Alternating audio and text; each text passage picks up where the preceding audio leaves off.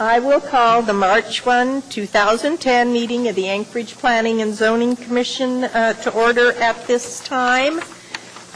Will the secretary call the roll, please? Rick Morrison. Here. Nancy Pease. Here. Jim Frederick. Connie Yoshimura. Here. Tony Jones. Here. Arthur Isham. Here. John Weddleton. Here. Bruce Phelps. Here. Stacy Dean. Here. We're glad to have you back with us, Mr. Phelps. We missed you. And we do have a quorum for this evening. The next item on our agenda are minutes for December 14. Madam Chair, move to approve the minutes of Planning and Zoning Commission for December 14th, 2009. Okay, and I need a second. Thank you, Mr. Morrison. Ms. Pease. I just had a couple really small changes on page 7. In my paragraph of support, the 5th or 6th line down says, as we grow and fill up our roadways, and if that could say as the population grows and fills up our roadways, that would be clearer.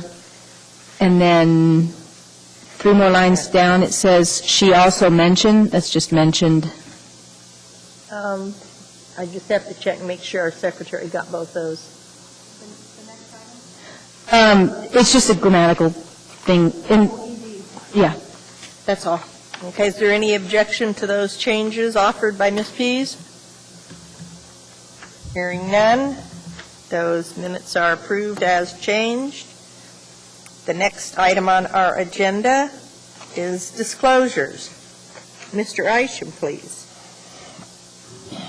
Ms. Pease, do you have anything to disclose this No. evening? Thank you. See, Mr. Frederick's not here. Ms. Yoshimura.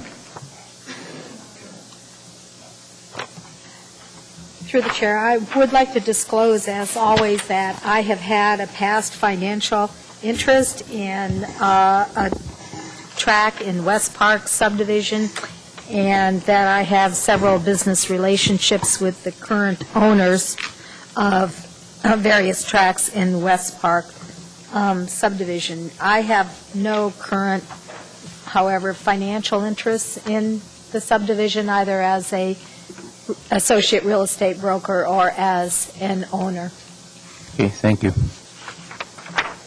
Ms. Jones? I have no disclosures. Ms. Dean? No. Mr. Phelps? No. Mr. Morrison? None. Mr. Weddleton? None. And I have none. Wow. Wow. That was a quickie tonight. We're squeaky clean tonight. The next item on our agenda is our annual election of chair and vice chair. Really? What the hell is that?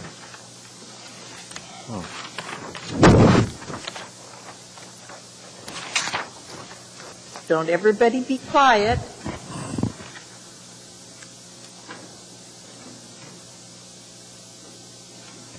Madam Chair, I motioned. I didn't see. Okay, yes, Ms. Pease. I nominate Ms. Jones for a second term as chair, a continuing term as chair. I second. Your second. I nominate Ms. Tony Jones to continue in the position of chair. Second. I feel awkward. Are there any other nominations? So there's no opposition to me continuing to bang the gavel? Apparently not. You asked for it, you got it. Okay. Thank you for your vote of confidence, ladies and gentlemen. I appreciate. Briefly, What? can I throw in a comment briefly? Yes. Is it too late? One thing besides running a very good meeting, when you've spoken, for example, to AMATS and other groups, the fact that you have so many years of experience, I think helps them listen to you more than they would probably most any other of us up here. And so on the impact of our work, I think that's very helpful. Thank you. Now we need to elect the vice chair. Yes. Madam Chair, I just also wanted to say that I appreciate the manner with which you deal with the public I think you are very appreciative of their efforts, very encouraging of their efforts, and you look out for as fair a public process as possible when, for example, we get last-minute information or we have a postponement. I appreciate that on behalf of the encouraging public involvement. Okay. Ms. Pease, we need a nomination for vice chair. I nominate to have Art Isham continue as vice chair. Is there a second? Mr. Morrison, thank you. Are there any other nominations? Are there any objections to Mr. Isham continuing? Apparently not. Mr. Isham, are you willing to do this again? Yes, ma'am. You are a wonderful teammate, and you always step in when I can't or I'm conflicted out and do a wonderful job, and you are also a great consultant for me, and I appreciate that. And you also handle things with a speaking voice, because I can't, and I have to sit here and restrain myself and be quiet, and it's probably a good thing. Okay, well, before we move onward, I have a couple of announcements to make. I don't want people to sit here if they came out for the cases in West Park tonight. We've had a request presented to us from the petitioners for cases number 2010-023, which is the zoning case under public hearing, I think case G1, and also case number S11789-1, which was the plat to be reviewed. It was on here under site landscape plan approval, but I understand that probably should have been a public hearing. Is that correct? That is correct. It was advertised correctly as a public hearing. It was just misplaced on the agenda. And so the petitioner has requested a postponement to our next available hearing date. I've suggested that would be our first meeting in April. And if that's satisfactory with staff. Madam Chair? Yes. The April 5th public hearing is full. We can move it to the second meeting. The April 12th is available. There are two cases on that agenda. Okay, we could move it to that night. Okay. So we need a motion for that. Somebody. So moved. Thank you. Mr. Isham and Mr. Morrison seconded that. Is there any objection to moving both those matters to April 12th? Hearing no objection, they are moved to that date. Madam Chair, does staff want us to maintain the stuff, or are you going to redo the packets? Thank you, Mr. Isham. Please hang on to the packets that you have, and we will re-notice for the public hearing. Okay, so if any of you were here for those, those were the applications by the municipality of Anchorage for the school site in West Park for both the plat and the rezoning requests. They'll be postponed till April. Okay. So the next item on our agenda, we're back under the consent agenda, and motion would be in order. Madam Chair. Move to approve the consent agenda, items D1, A through F. Okay, and there's more to the consent agenda. This item 5. That's just an information item, and I don't know where it is, so go ahead with just D1 through F. Yeah. Is there a second? Second. Thank you, Ms. Pease. Does anyone wish to pull anything under D1? Yes, Madam Chair. Okay.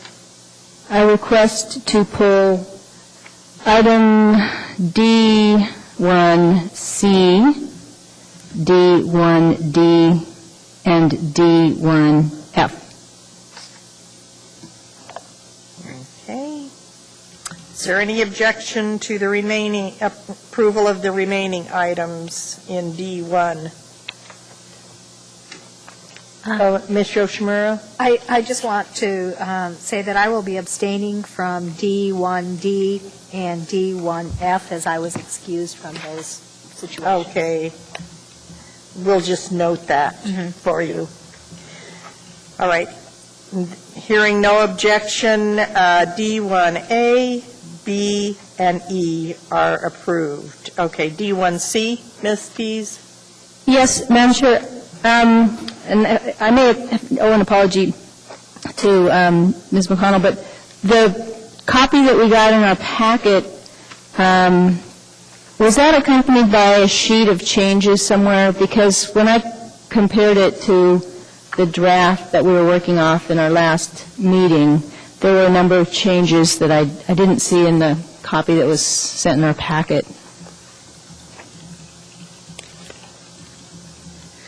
Through the chair, Commissioner Pease,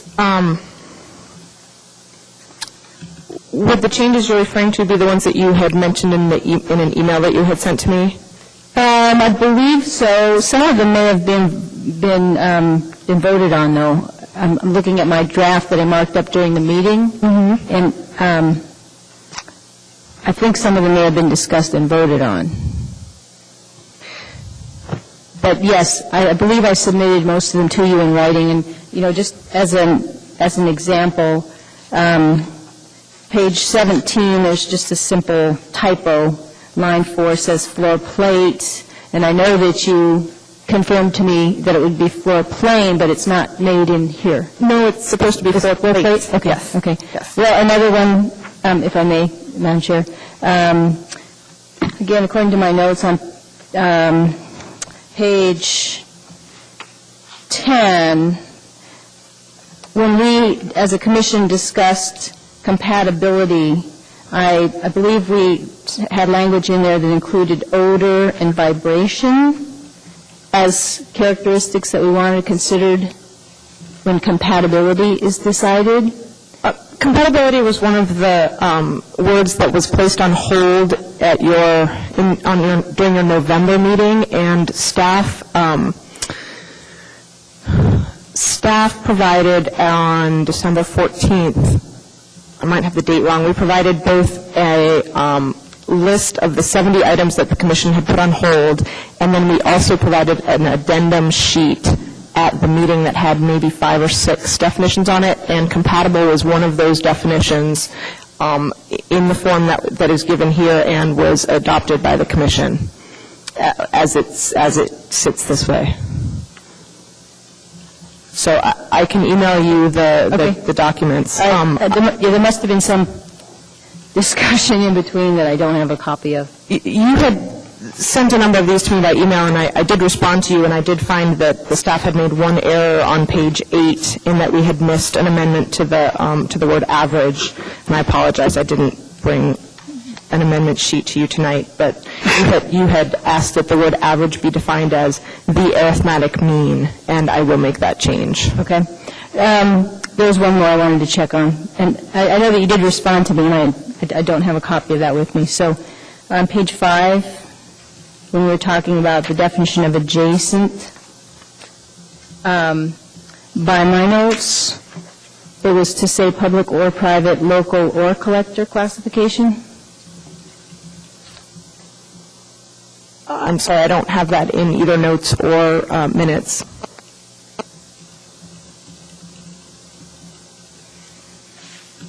Could you repeat where that is? On page 5, it's the definition of adjacent. You can't have a local and a collector classification, so I thought it was clear to say local or collector. And I think again, by my notes, I thought we passed that, but it's minor. If everybody else thinks it's clear, I won't. Well, it seems to me it should be or rather than and. Public or private, local or collector. It couldn't be both. Okay, then that, I would request to change. Madam Chair, I can recommend such a change to the Assembly, but I can't go back and change what you guys have already passed. Imagine that. I mean, unless you want to reopen it.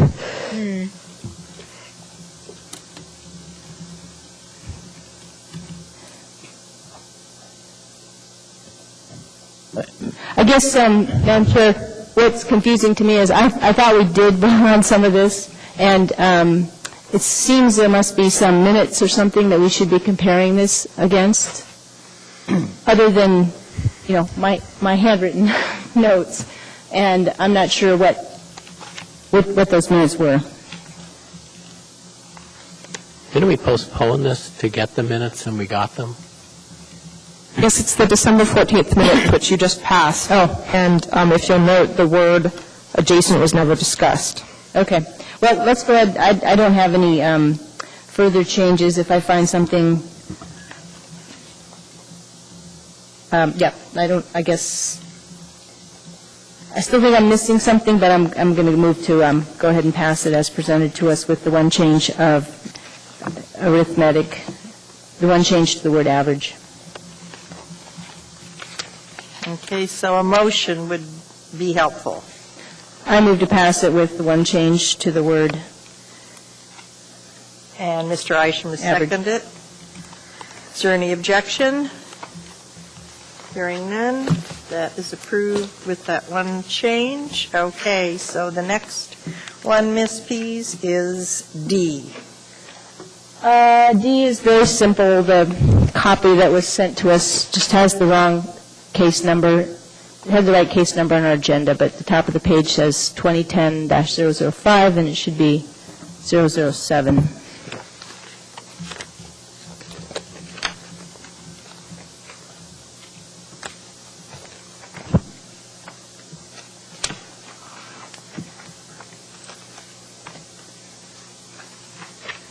Okay. And a couple small points. Oh, just a second. Our secretary requested that we wait a second. Clarification, Nancy? Yes. The resolution number is 2010-005. The case number is 2010-007. So the header on the top of the page should be the resolution number, which is 005?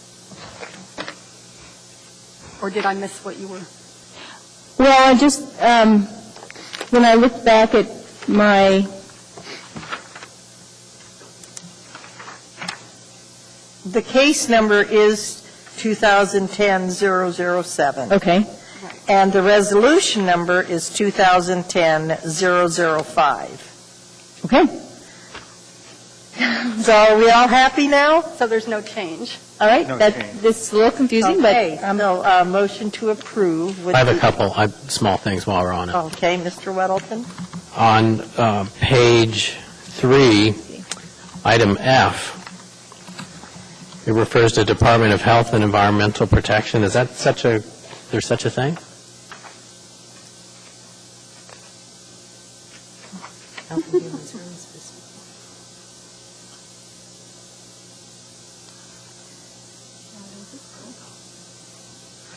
I don't, it may have been called that at one point in time. Mr. Phelps should know if it's a state agency. Yeah. No. It never was? ADC. I think the municipality, it's called the Department of Health and Social Services. You need to find out what it is.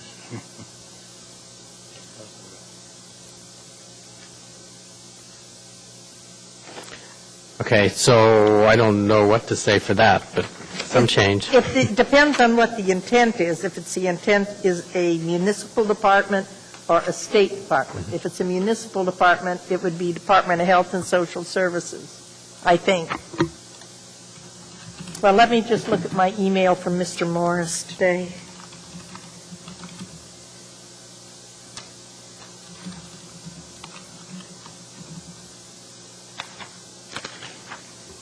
Well, if you look at B1, it says provide an acceptable dust control plan to DHHS, and that's a municipal organization. And this talks about dust and mitigation plans, so it may well be DHHS again. Yeah, it is DHHS. I just checked an email I had from Steve Morris with Department of Health and Social Services. He's the air quality program manager there.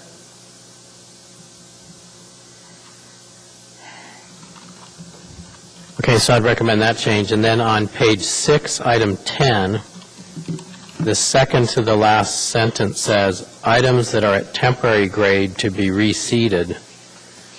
And I think maybe that should say areas.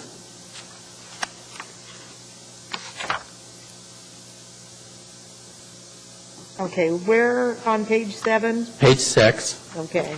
item 10, the first word in the second to the last sentence. It says items that are, it seems like that should say areas.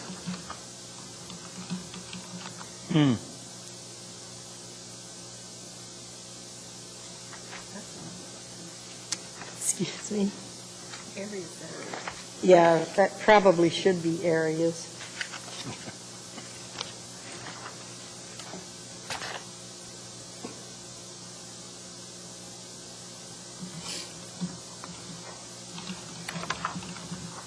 Okay. Mr. McLaughlin, you're in by queue. Did I need to acknowledge you for something? Thank you, Madam Chair. I meant to withdraw my request. Okay. Did you have anything else, Mr. Weddle? Well, maybe. On page 7, number 16, well, that didn't ring a bell, and it doesn't sound like the kind of thing we've done, but it's in there pretty clearly. So. Did we do that? Through the chair, you sure did.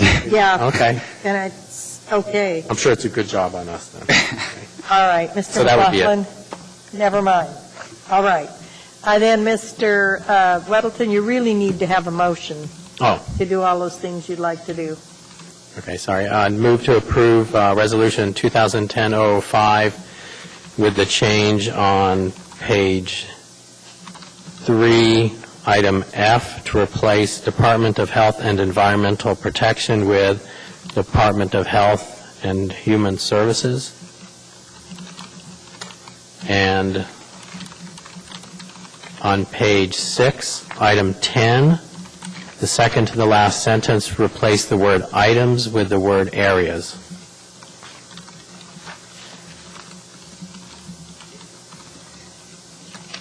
Okay. And Mr. Isham, second. Is there any objection?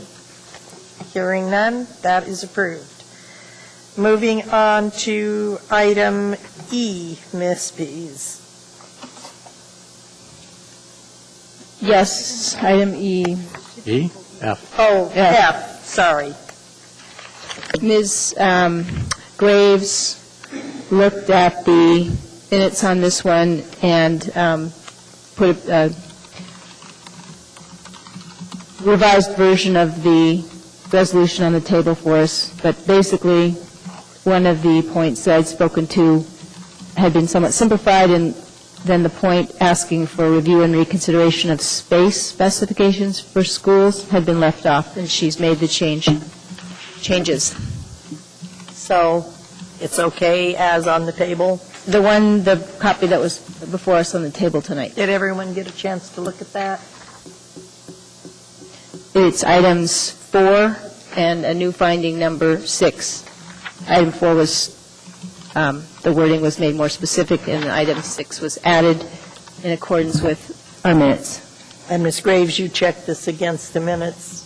I actually went back and, excuse me, I went back and actually listened just to double check. Okay. She is correct. Okay, so would you like to make the motion, Ms. Pease?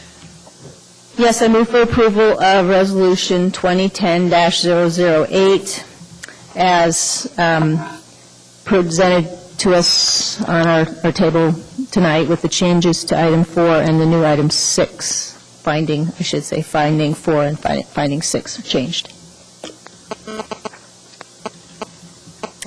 And it's seconded by Mr. Isham. Is there any objection? Hearing none, that is approved. Now we move on to item 5. What do we know about item 5 under other on our consent agenda? Madam Chair, I have some project concept reports to distribute to members of the commission. I just didn't get an opportunity to do it late on the table in front of you before the meeting began. May I do that now? Yes. Do they require any action, or is it just information? It's informational only. There's a cover letter. If you have any questions about the concept report, the commission should direct those comments and questions, inquiries, to the person listed here.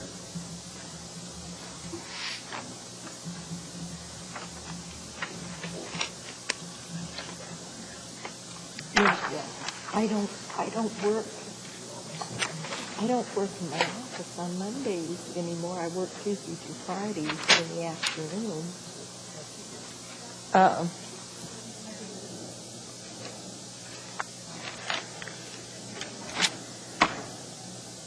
Thank you.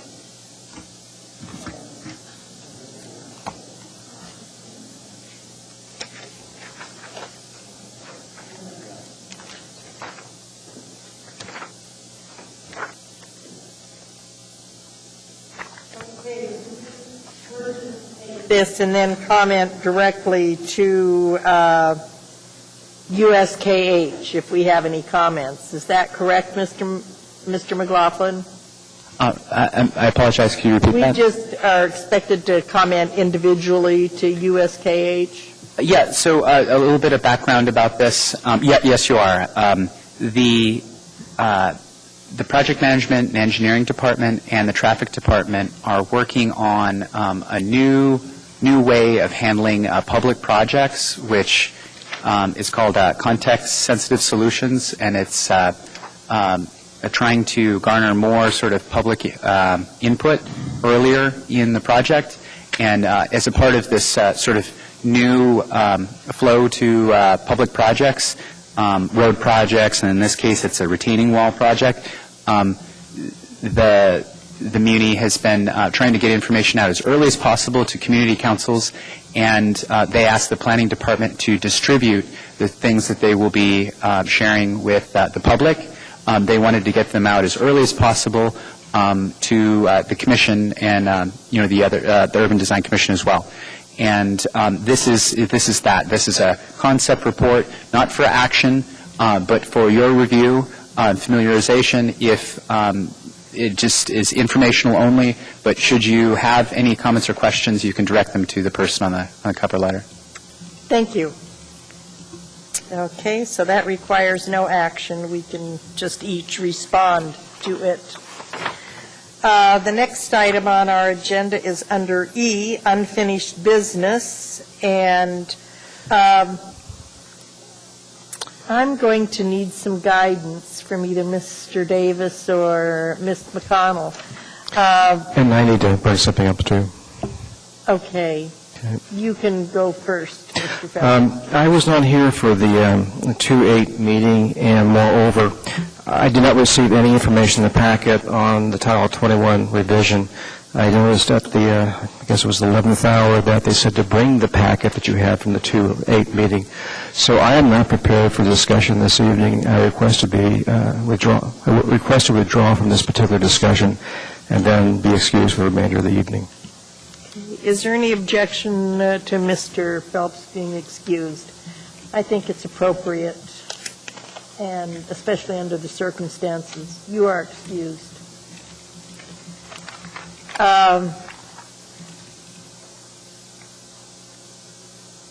Okay. Have refreshed my memory. Is the public hearing closed? I know we were going to have a public hearing on the part about the site condo stuff, but I don't know where that if that's part of this, and if this is a public hearing tonight? No. Madam Chair, Yeah. the packet that is dated January 11th and says G2 in the upper right-hand corner is follow-up, your second packet of follow-up items on Title 21. You just passed the resolution for the first packet tonight. Right. It includes issues 11 through 17. Okay. At the last meeting on February 8th, we handed out a sheet of amendments that says at the top, amendments recommended by the Planning Department based on comments received and dated February 8th, 2010. At that meeting, you made amendments, you, the body, made amendments to, or passed through and didn't make amendments to numbers 11 and 12, and you were, we were unsure whether you had finished with 13. You had certainly made amendments to 13, but we were unclear if you had finished with 13. At the time that you decided to continue this to a later meeting, you asked that the staff pull item 15, which is the design standards for multiple residential structures on a lot, which we've agreed to call site condos, even though we know that's not quite right, and to have that as a separate item that has been advertised for a public hearing on April 5th. So we should ignore item 15 tonight, and that will come back in front of you for a new public hearing on, as I said, on April 5th. The public hearing on these other items was opened and closed at the last meeting. So basically, all you have to do is decide whether you're finished with 13 and do 14, 16, and 17. Okay. And Mr. Weddleton had some comments to me, and I have 2 amendments to pass out tonight based on his comments. And we quit because we got tired. That's right. As I recall, I said we're tired and we're going home.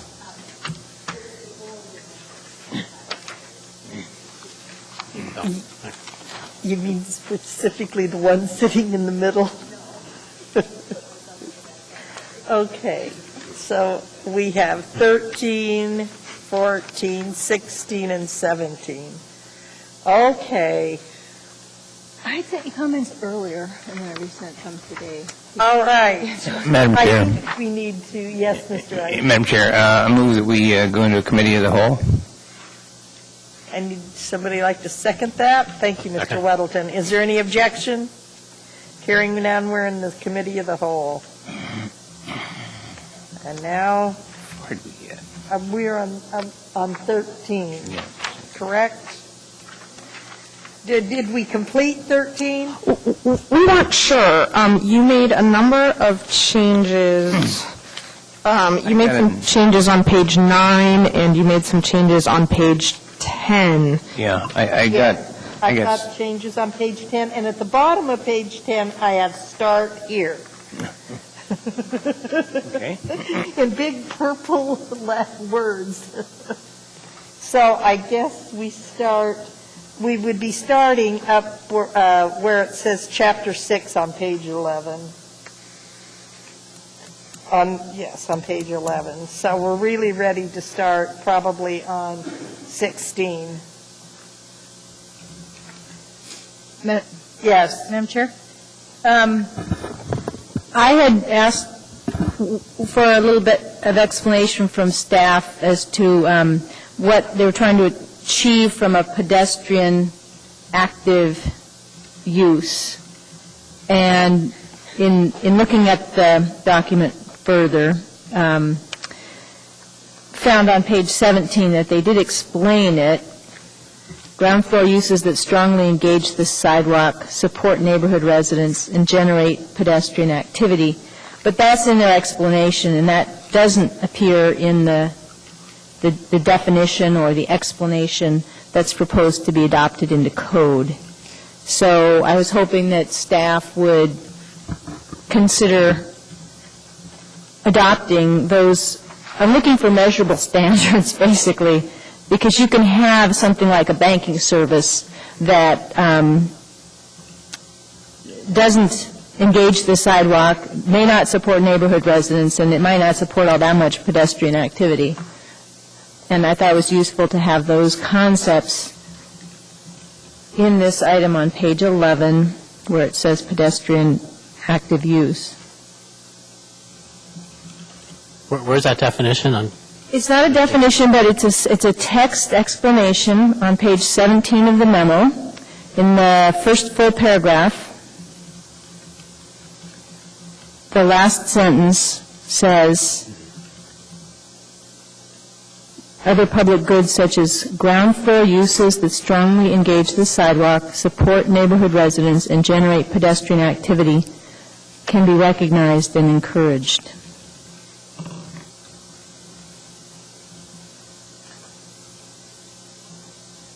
And I didn't feel any of that was captured and guaranteed in the concept, in the definition of pedestrian active use, which is item 16 on page 11.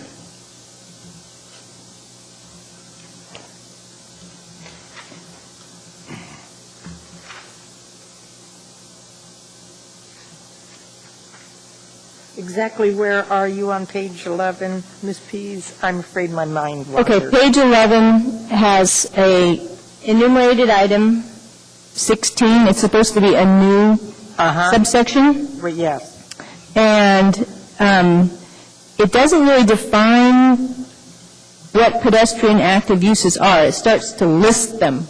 Okay. And I think it would be much more, Well, Mr. Davis is in the queue. Maybe we can get him to help us out here, and maybe all we need is a definition.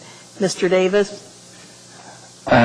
Yes, through the chair, staff would be happy to use the material on 17 and perhaps additional material that we have on page 18 and develop some language that would basically provide some kind of overall explanation of what is intended by pedestrian active use as a starter paragraph or sentence for that pedestrian active use section. And we can do that and develop that for you.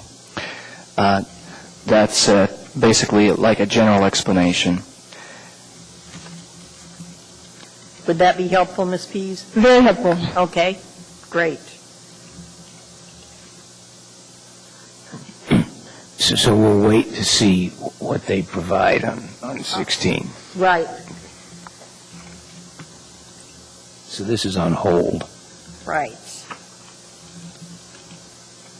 Okay, Madam Chair, if I could Yes. finish with number of the issue of pedestrian active use. It also commented that it seemed that many buildings with high floor area ratio already have these sorts of pedestrian active uses without any incentives. And therefore, the threefold bonus of footage seems too high, especially when you compare it to it's the same bonus that's being awarded for parking garages that are 2 floors underground. And, I mean, just in short, you look at the municipal building with Chockies, and you look at the Atwood Center with Diane's Catering on the ground floor, and the Conical building has the Alaska Club.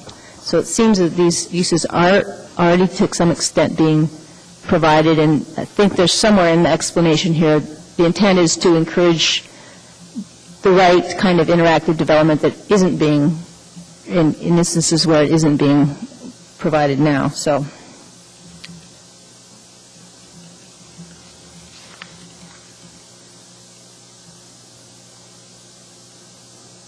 Where's the wording exactly that you would change? Let's see. It's on the bottom of the staff memo, page 10, small Roman numeral 6, bonus, it's called bonus for pedestrian active use. And it says 3 square feet of additional floor area is allowed per each square foot of ground floor space that's pedestrian active. I think we had some discussion on that and some examples where it wasn't working at all. I think that northern, what is that one on C Street? Northern Lights, fifth one.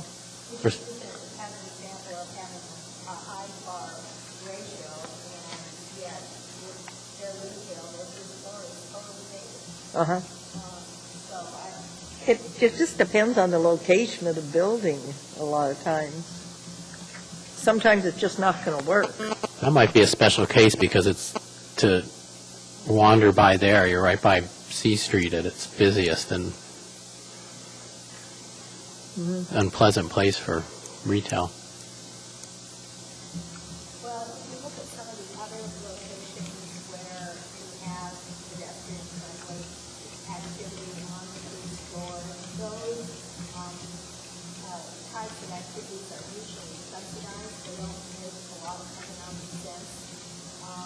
So in the last book club, probably the Conoco Phillips building is probably, although I don't know the fact, partially subsidized by Conoco Phillips as part of the wellness program, and certainly for its employees. And certainly if you look at the JL Tower that has provided a fitness center, that's not a commercial endeavor. It is indeed subsidized as An amenity. so to speak. And so I just, quite frankly, don't think you can subsidize, and you can bonus them enough to make it more pedestrian friendly, because it doesn't make economic sense. Certainly in today's environment and in most other situations. So I certainly don't think the bonus is great. If anything, it's way too small in doing a building that's 40 or 50 or 60,000 square feet. Three extra feet It's nothing. is nothing. It's meaningless. Through the chair, but what about, to Ms. Yoshimura, but what about the comparison to parking garage? If you look at the same page, small Roman numeral 3, your first floor of below-grade parking only gets 2 square feet of additional floor area, and you get 3 square feet if you go deeper. That's the same as your ground level. Yeah. Well, right, and we're not, we're rewarding that at the same rate as for putting a health club on the first floor, and I don't know if that troubles you at all or not. I don't think these bonuses that have been projected or recommended are not enough to make any commercial developer change their mind about how they're going to structure their building. Plain and simple. I'm not a commercial developer, but I know enough about development to know that these bonuses aren't going to make any significant difference whatsoever. Well, it seems to me what we really ought to be encouraging is this below-ground parking, if anything, because that gets cars off the street and underground, and, if that's the case, maybe we need to look at upping the bonus for that to make it worth their while. I think the last 2 parking garages that have been built in the city have all been built above ground. The one that's been built next to the convention center is all above ground, and the new building that JL Properties is building, that parking garage is all above ground, and the native building on Artie, the award-winning building that Jim Architect Yes. designed, that parking garage is all above ground also. So, going below ground. As a consumer, I would find below-ground parking to be not desirable for, on a regular basis. With our seismic risk here and such, I'd take my chances above ground rather than below ground. Okay. I guess the point is here is, which of these incentives should have more, which of these menu items should have a greater incentive? Or do we not want to wade into that? If we really want pedestrian active retail, and we're hearing that this isn't enough, do we raise it?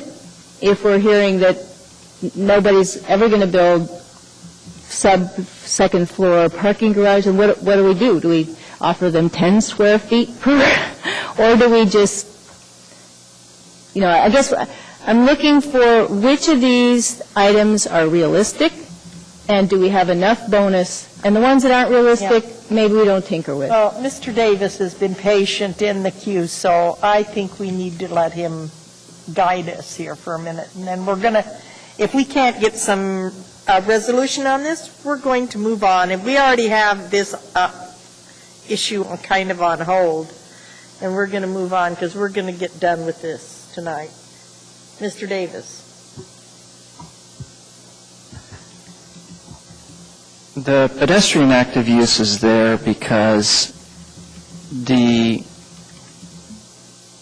what it's describing is considered to be one of the most beneficial types of characteristics of a mixed-use district in terms of a pedestrian-oriented, walkable environment. As much as the sidewalk or street design or sidewalk width itself, it's the presence of an active, interesting, useful establishment along that street wall, which really makes a mixed-use district a place interesting to walk in. It's not as commonly provided here in town as you may think, and we've looked at about a dozen buildings that do have a relatively high FAR around town, and it is really pretty uncommon. The 188 West Northern Lights is an uncommon type of building, and it's more often that you'll just see an office building where the ground floor really is not set up any differently from any other floor. It's for offices and not oriented to contribute to the street. But when a building does that, it's a big deal. Often a building doesn't actually provide very much floor area. City Hall, for example, now has a little coffee shop in it and a bank branch. Maybe they're 1,500, 2,000 square feet. But between the two, they really, those kinds of things are what really contribute to around the building if the coffee shop had been along the street. And so in those cases, it really does make sense to leverage the relatively small amount of floor area those uses have with a relatively big multiple bonus, relative to the scale we've provided. And that's basically where we come from on why pedestrian active use is there and why it seems to have, relative to the others, a high rating. It's really a beneficial thing, and it's not that common or easy often. As far as the overall rating system itself, it was provisionally adopted and is going forward. We recognize that it's not the most intensively calibrated rating system yet. What we did was basically look to the standard practice for these systems around the country and attempted to provide a starter for Anchorage. What we intend to do to further calibrate this system is really work with it through the downtown code rewrite. There will be an opportunity there to take a strong look at the bonus system. And downtown currently has a bonus system in the B2A, B, and C districts. We intend to revise that. And as far as zoning bonuses go, really these floor area bonuses are the model, and they seem to be the most effective. But that process will be a process through which we have an opportunity to really engage with the development community and, if necessary, recalibrate these to make them more effective. We're just getting our feet wet here. Okay. Ms. Yoshimura. Floor area ratio bonuses, have you had any input from commercial developers or the building owner manager association?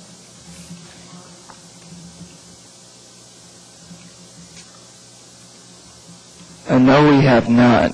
Not that I recall. Not about the current. Never mind. I can't recall how they were provisionally adopted in 2008. They've been through multiple reviews, but I can't recall what level, and I would hope that more intensive review and look comes with the downtown code rewrite, which is intended to begin this year. Well, I find it disappointing that we're working from drafts and ideas that are more academic than reality-based for our local market. And I'm disappointed that we haven't had some input from commercial developers and some regarding these matters. Okay. Art, and then Stacy. My only comment on the parking situation is that if everything goes according to plan, as we move out into the future, we're going to have more dense developments, and so I would suggest that perhaps there's not going to be that space to build these freestanding garages, so it would maybe make sense for the future, if we're going to be a more dense city, that we start digging into the ground a little bit to hide our cars. Or maybe we're going to all have to ride the bus. Miss Dean. Madam Chair, there was an article in the newspaper the other day about how the Building Owner and Managers Association and many architecture firms came out against this particular method of it used in Title 21, this menu system, that it's too narrow in focus and design. It was in the paper, I think, about a week or two ago. Yes, Ms. McConnell.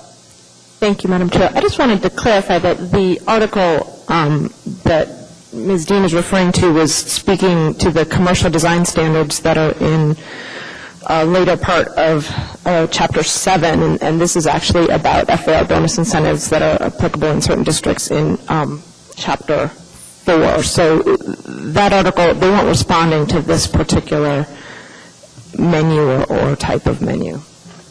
Okay. Well, we have to do something besides stay on this page any longer. So we need to just move on. And absent a definitive change, I suggest we just leave it alone. So it sounds like 16, we're holding that. I'm now turning the page. I thought we had also asked for a more standard term, or a term that would explain daylighting residences a little better. Well, I didn't see anything if we from didn't staff. get it today, we'll have to get it Okay. some other time. I've written to staff about that. Yeah, so. okay. But we're not going to grind any sausage here tonight. We're going to get through what we can, and the rest will have to be resolved. Okay. On page 12, we have pretty pictures and some drawings. On page 13, we have some yellow words.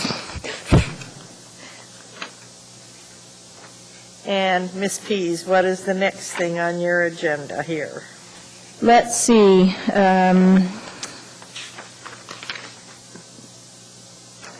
Flipping ahead to, I guess, issue 14? 14, yeah. Oh, right.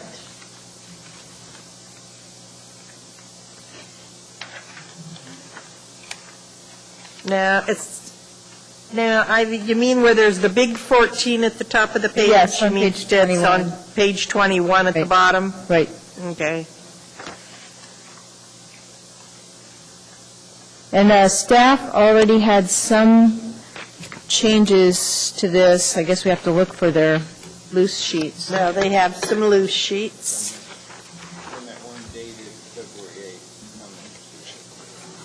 Yeah, I've got that sheet.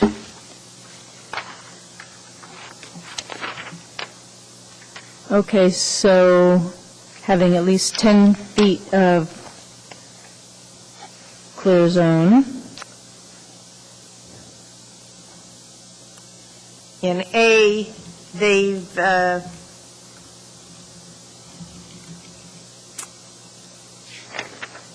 designated sidewalk.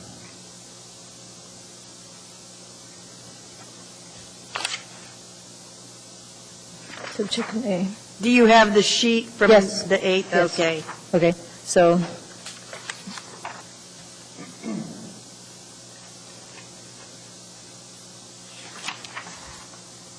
Is everything okay there for you?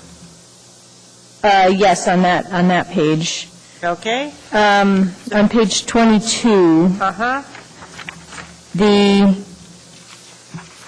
street interface zone, I had a question for staff, whether there needed to be any minimum width. I'm not actually sure it fits in right here, but I have a question about whether there needed to be any minimum width of landscaping where you have a pedestrian street along an arterial, such as C Street, where traffic is moving at 30 or 40 miles an hour.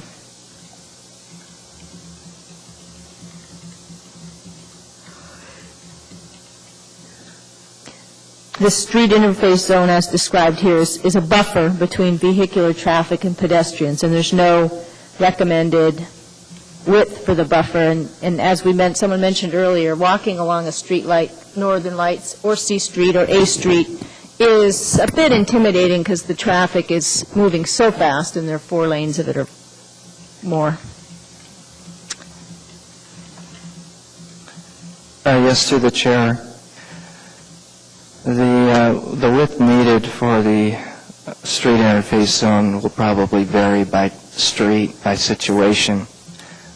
This process is meant to basically provide an open-ended design process available to the applicant and the reviewers, who would include the street engineers and of the municipality. Downtown, for example, is recommended, I believe, at least 2 to 4 feet, 4 feet recommended, but that's a downtown environment. In other cases, we've been told that to plant trees, we would need 8 feet of width or a raised planter. We've left it open-ended with the assumption that 12 feet overall will be allocated depending on the location. Would it be appropriate to put in I know this is a definition, but would it be appropriate to have a guideline type of sentence that says the width of the street interface shall be greater along streets with heavier and faster moving traffic?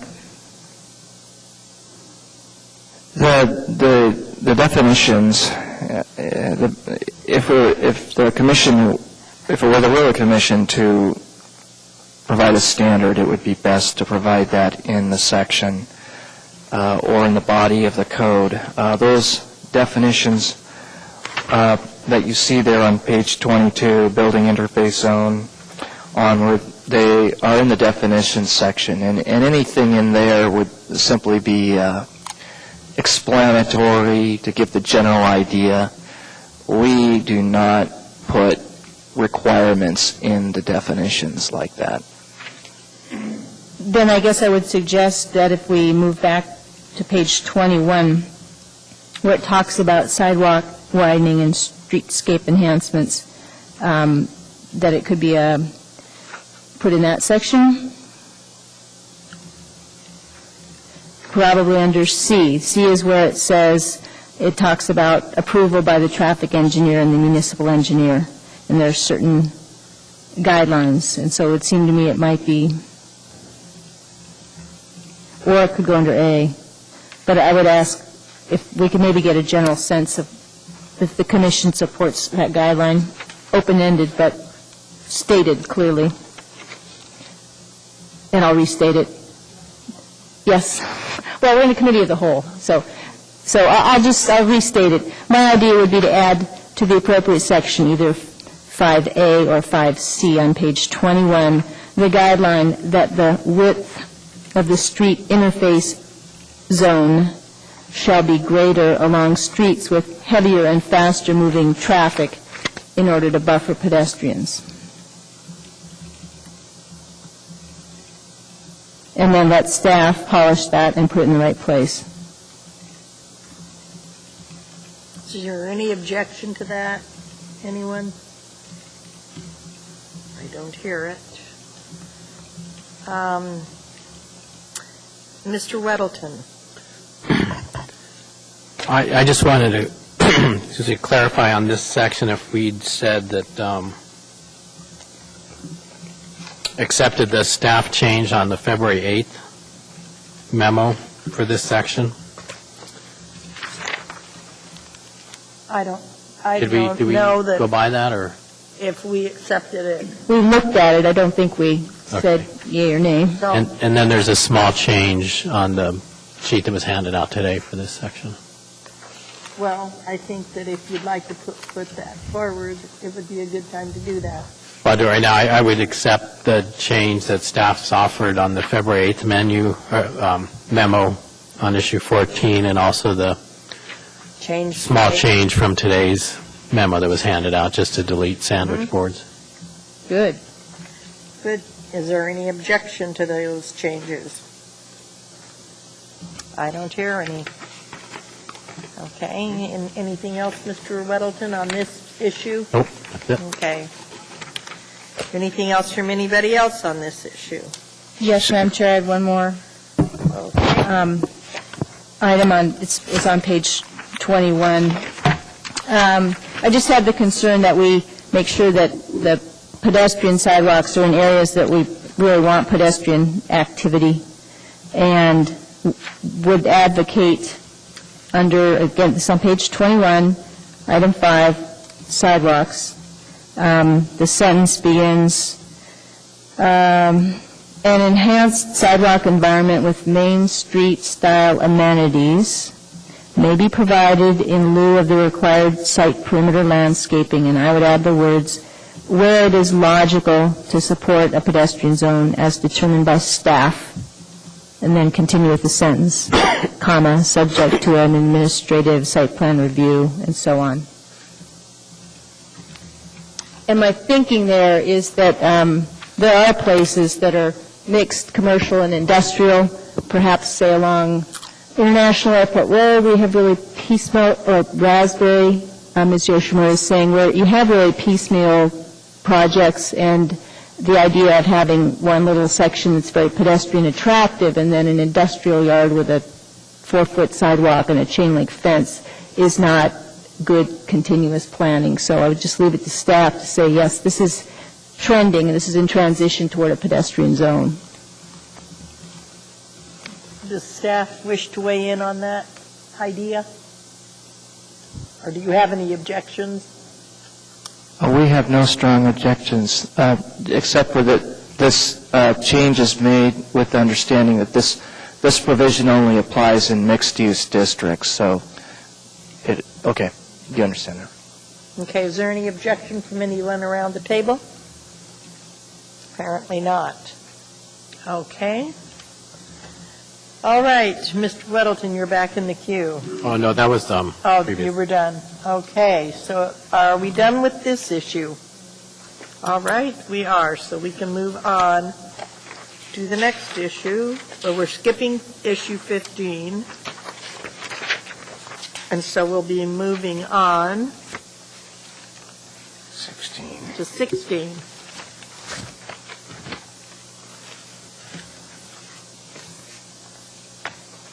Next to the last one.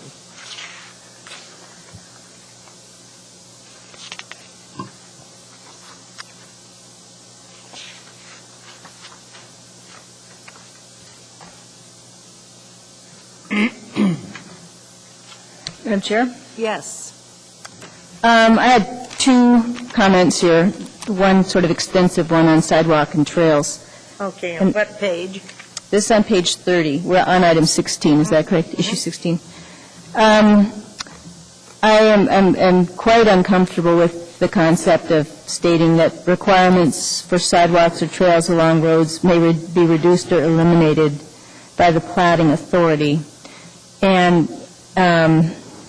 this comes from my recent experience with, I've gone to, before the plating authority a couple of times, and they don't necessarily have technical knowledge. They're not necessarily engineers or trail experts or pedestrian safety experts. And there have been a couple of cases where I've seen the plating board look at a contour map and say, well, we can't put a trail there. So we won't require an easement. And I think it's unfortunate. So I had proposed to staff some fairly detailed language, and this was back on February 8th. I don't know if I didn't really get a response to it, so maybe they could respond now. Thank you. The thinking behind this section and behind that particular provision is as follows. First of all, sidewalks for local streets are, according to an earlier portion of Chapter 7 that's already been provisionally adopted, are required on both sides of local streets in the Class A districts, which are what we currently think of as our urban districts. So your R1 up through your R5 and your R7. In your Class B districts, which are your R6, your R8, your R9, and your R10, they are required as designated in the Trails Plan. And you'll recall that the Trails Plan will be amended for the hillside portion through the Hillside District Plan. So when we're looking at steep slopes, well, not all, but the majority of our steep slopes are going to be in these large lot areas. So if they're local streets, they're probably not, most of them are not going to have a sidewalk requirement. There are two amendments which kind of do the same thing, and when I was working on the Second Amendment with Mr. Weddleton, I had forgotten about the First Amendment, although I think they mesh well together. And what they do is they try to clarify that if the street that is on a steep slope is a collector or an arterial, which arterials probably won't ever happen, collectors probably would be rare, but might happen, that you would not be able to remove the sidewalk requirement for a collector street or an arterial street. But the thinking behind the local streets, so that if there ever was, say, I mean, I know we've got some R3 SL up on the hillside. I don't know if any of it is particularly steeply sloped. But the thinking is that these are relatively remote areas. They're not going to have a huge amount of vehicular traffic, and that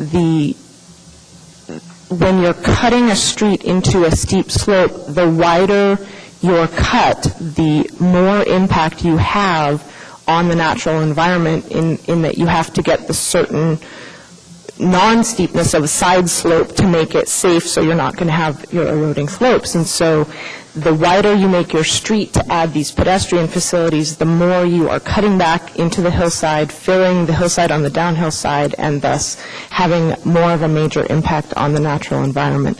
So considering the probably infrequent situations in which there would be a sidewalk requirement, coupled with the fact that they are likely to be in, low traffic areas, we felt that it was a good allowance to allow the planning board to say, because of those factors, we think it is more important to reduce the impact of the natural environment by reducing potentially or eliminating the sidewalk requirement. So that was our thinking. So it wasn't so much about whether it was possible or not to put in the sidewalk. It was about anytime you widen that cut, widen the prism of the road, you are extending your negative impact to the environment. So I hope that answer, or at least responds to Ms. P's comment. Okay. It does in part. It does help that it's now being considered that just local streets would have the possibility of losing the sidewalk or path. But I still think that perhaps it's worth some language that looks at the impact of putting in a trail or sidewalk compared to the total disturbance that's already being created. And, I'm thinking of South Point in my neighborhood up the hill from me. Probably most of you haven't seen it. It's at the very, very edge of the bowl. But there are cut banks and blasting that created 25, I would say, high-foot slopes, some of them bedrock slopes, and huge amounts of fill. And if you're going to that extent, it's a local street, too, putting in a 5-foot pathway is minor disturbance compared to all the earth you've already moved. So how about something that clarifies a little bit? Okay. Do you have some specific language? I've got a couple of other people in the queue Yes. that have been waiting for I a while. have two points, and then the other point would be whether there are other pedestrian facilities nearby. So the 2 points I would ask staff to consider, that the planning authority would need to consider whether the negative impacts to the natural contours or to the water courses from a sidewalk and trail are greatly increased beyond the disturbance already posed by installation of roads and other changes to the terrain. Okay. So that's something that they just need to take consideration, where you're not asking that we put language in like that right now. That's correct. I've given this language to them before, though, so I'd like to get a direct response on that language. And the other part of that is whether there's an existing secured alternative location for pedestrian facilities. It's Okay. an alternative. So we'll just kind of leave it at that. Mr. Weddleton, is your question on this issue? Yes. Okay. And then Ms. Yoshimura is next after Okay. you. I would just, staff has given us two versions of changes in this. One was February 8th and another one on the March 1st. And as Ms. McConnell said, the one for March 1st forgot about the one on February 8th. So I would propose that we not do the change in the March 1st memo on this, but incorporate some of that into the change recommended from staff on the February 8th. And that would be, if you're looking at the February 8th memo, unless identified in an adopted plan, requirements for sidewalks or pathways along, then add local streets, delete roads, and then continue with that as they presented it, as staff presented it. Did you get that? I did. Did you get that, Madam Secretary? Here.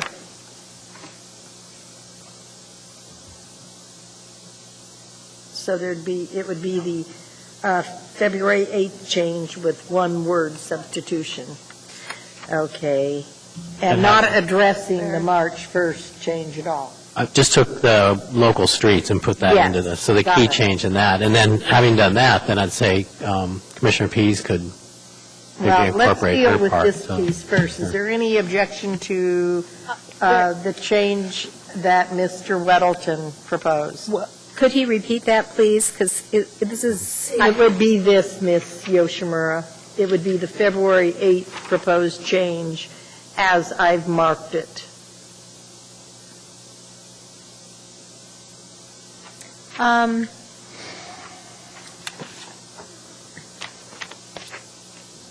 I think that's a significant change, and I'm not going to be able to agree with that. Okay, so we'll have to deal with this whole issue here outside the committee of the whole. It's fine. So this is a hold. Could you explain what the issue would be there? Well, I guess I'm really not sure of the building requirements for a local road. And if we're, so I guess I need to know the definition of local road, neighborhood road, and all of that sort of thing. And I don't have that at my fingertips. I can clarify. Okay. But it's the OSNHP definitions where you have, your freeway, your expressway, your arterial, major and minor, your collector, major and minor, and then your local streets. So basically, anything that isn't a collector or grader is a local street. Anything that is not a collector Or grader. is a local. And perhaps if I could suggest we could put in parentheses as defined by the OSNHP or something like that, which is the official streets and highways plan. And a collector is defined as? It's kind of a hierarchy.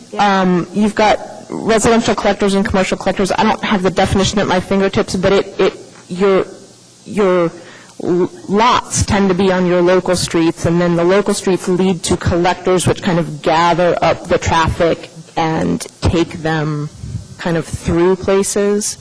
Bring it back. Or if somebody needs to bring it.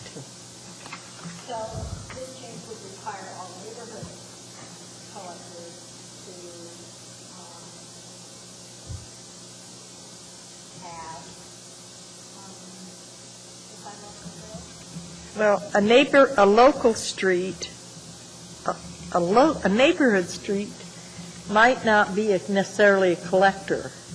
Correct. Most of your residential streets are local streets. They're not collectors. The amendment would prohibit the platting authority from reducing the sidewalk requirement on a collector, and also on any sort of neighborhood street that was identified in a comprehensive plan like the Trails Plan from having a sidewalk.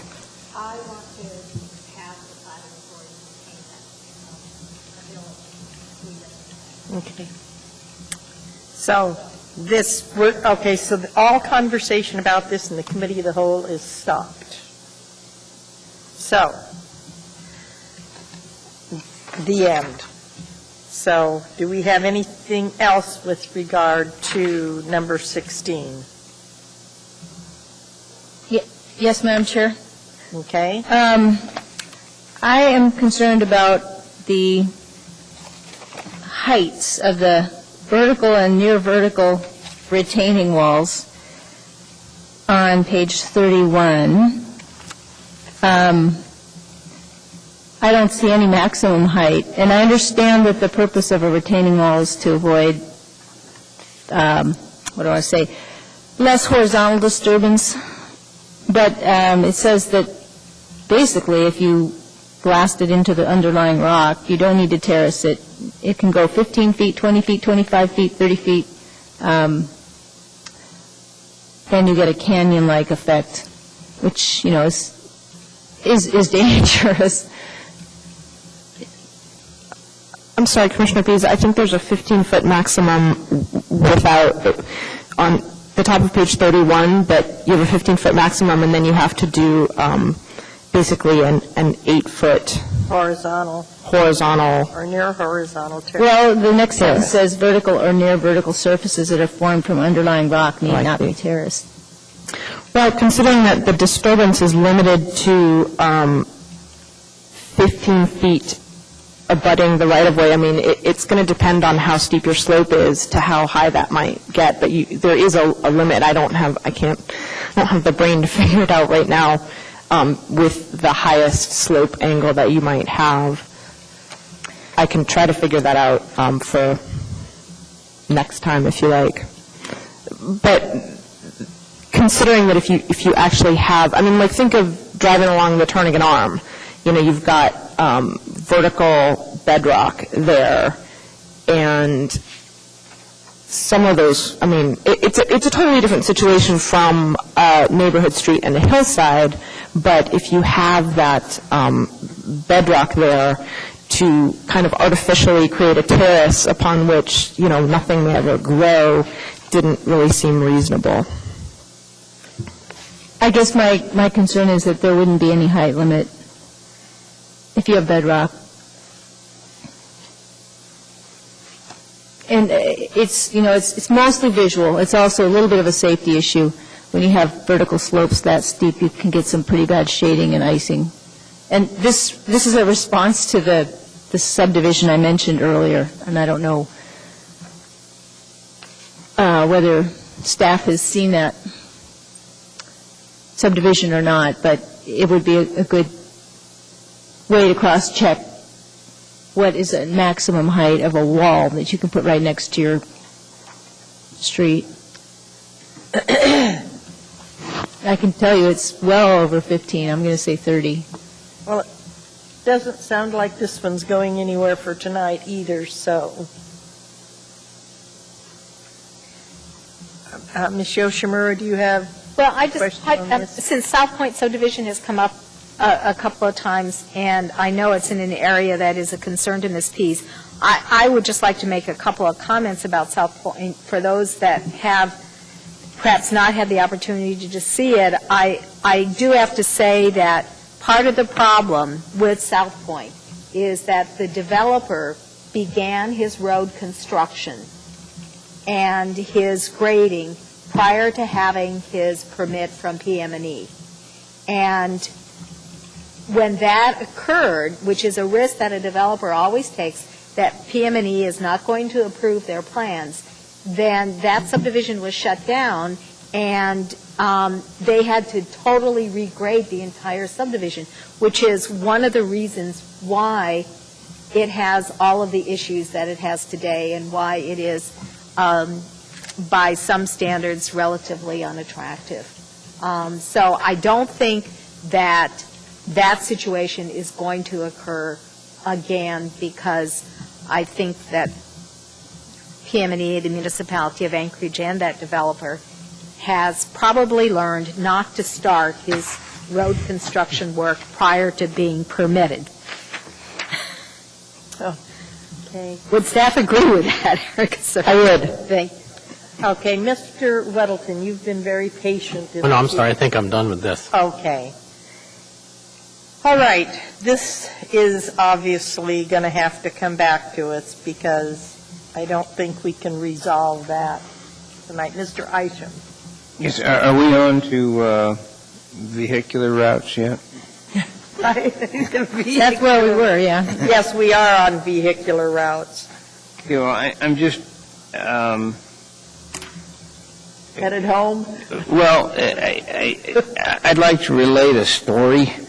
I used to live in Eagle River Valley up on Prudhoe Bay Road, and that thing used to be a fairly narrow road, 15, 20 feet wide, and it was put in by people that lived there, and it followed the contours, and we never had any problems till the municipality sued this guy that put in a driveway to develop some land, and they said, I'm sorry, to do your thing, you've got to bring this road up to municipal standards, and municipal standards are 60 feet wide.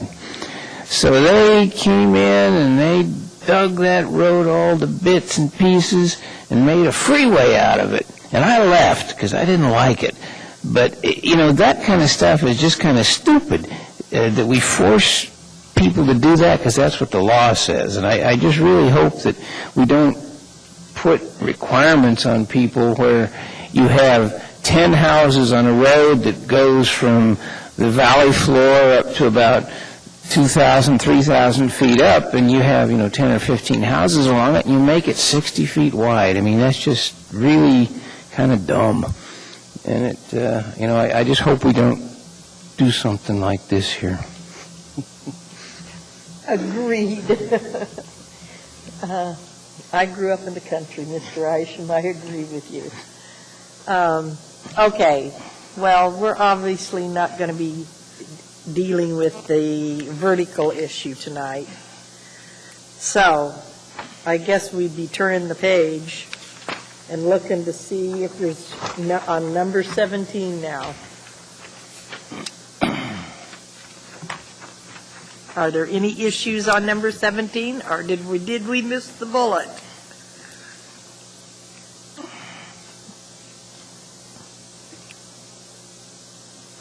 Mr. Weddleton.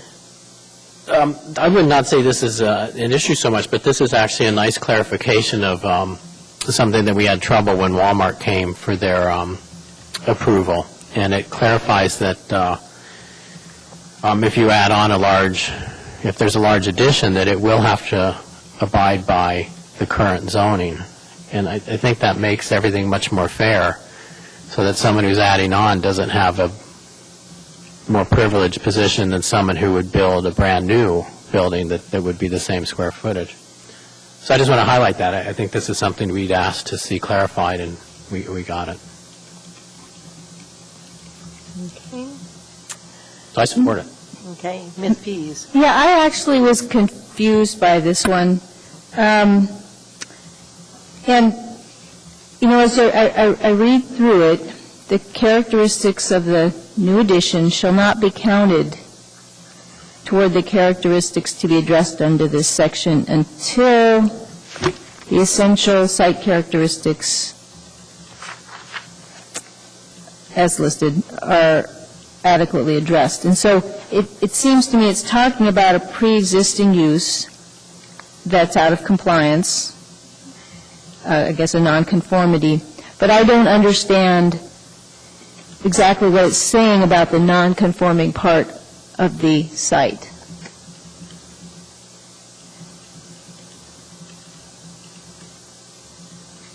What do you have to do to your nonconforming part of the site so that you can get your good design on your new building to count?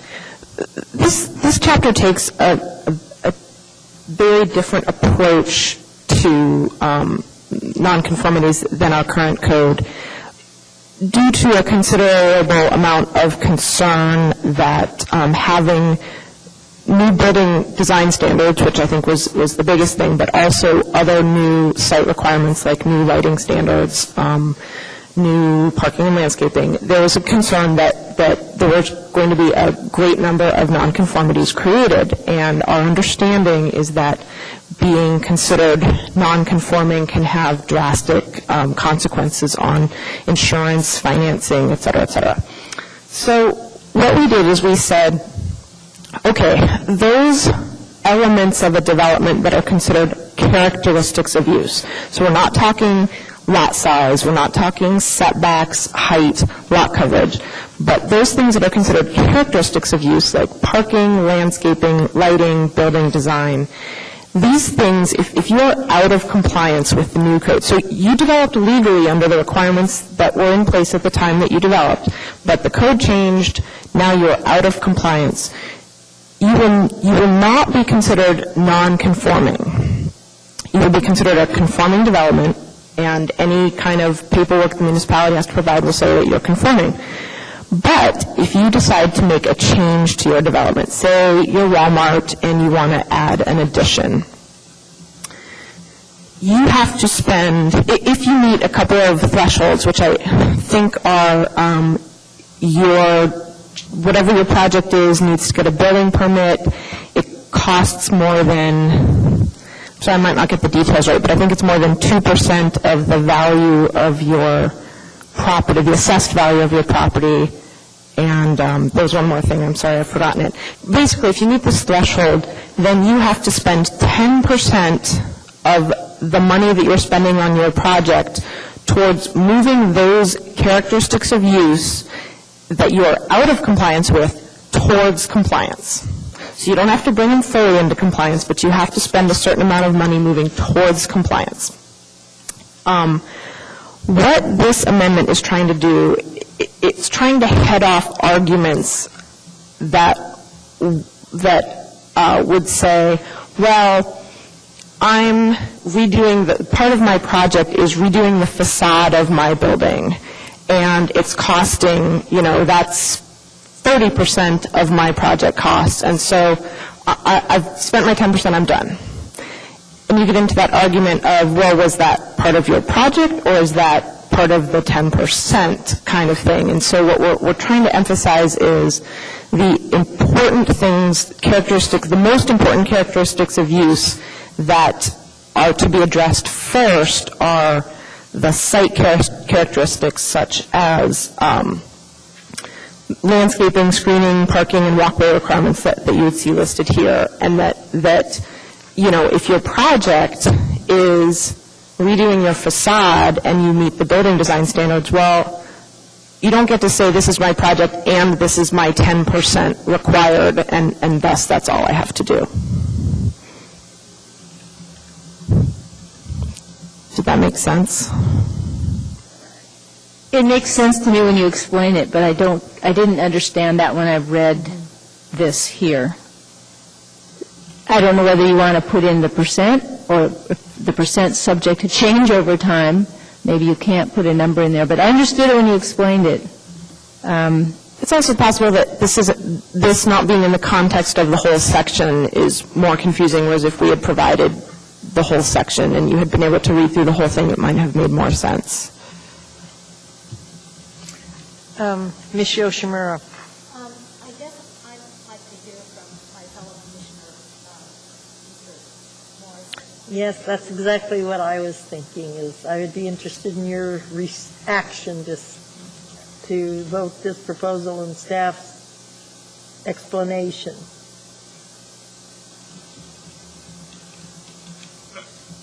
We're putting you on the spot.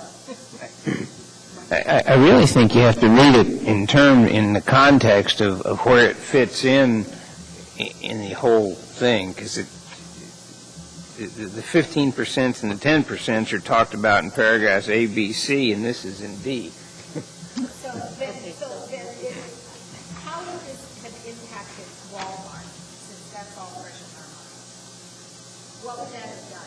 See, because I'm more interested in the structure itself and what the structure looks like, and spending money on the structure as I am some of the on the ground. Yes. So to speak, because those are less visible. Right. And those come and go. So I'm more interested in money spent on the structure, because that has a higher visual impact, quite frankly. I don't pay that much attention to the stuff on the ground, and as it comes and it goes from time to time. But that building is there for a long period of time. Mr. Davis? Well, unfortunately, this team here is not completely familiar with the Walmart site. The example we provided on page 33 is basically a development I think most people are familiar with.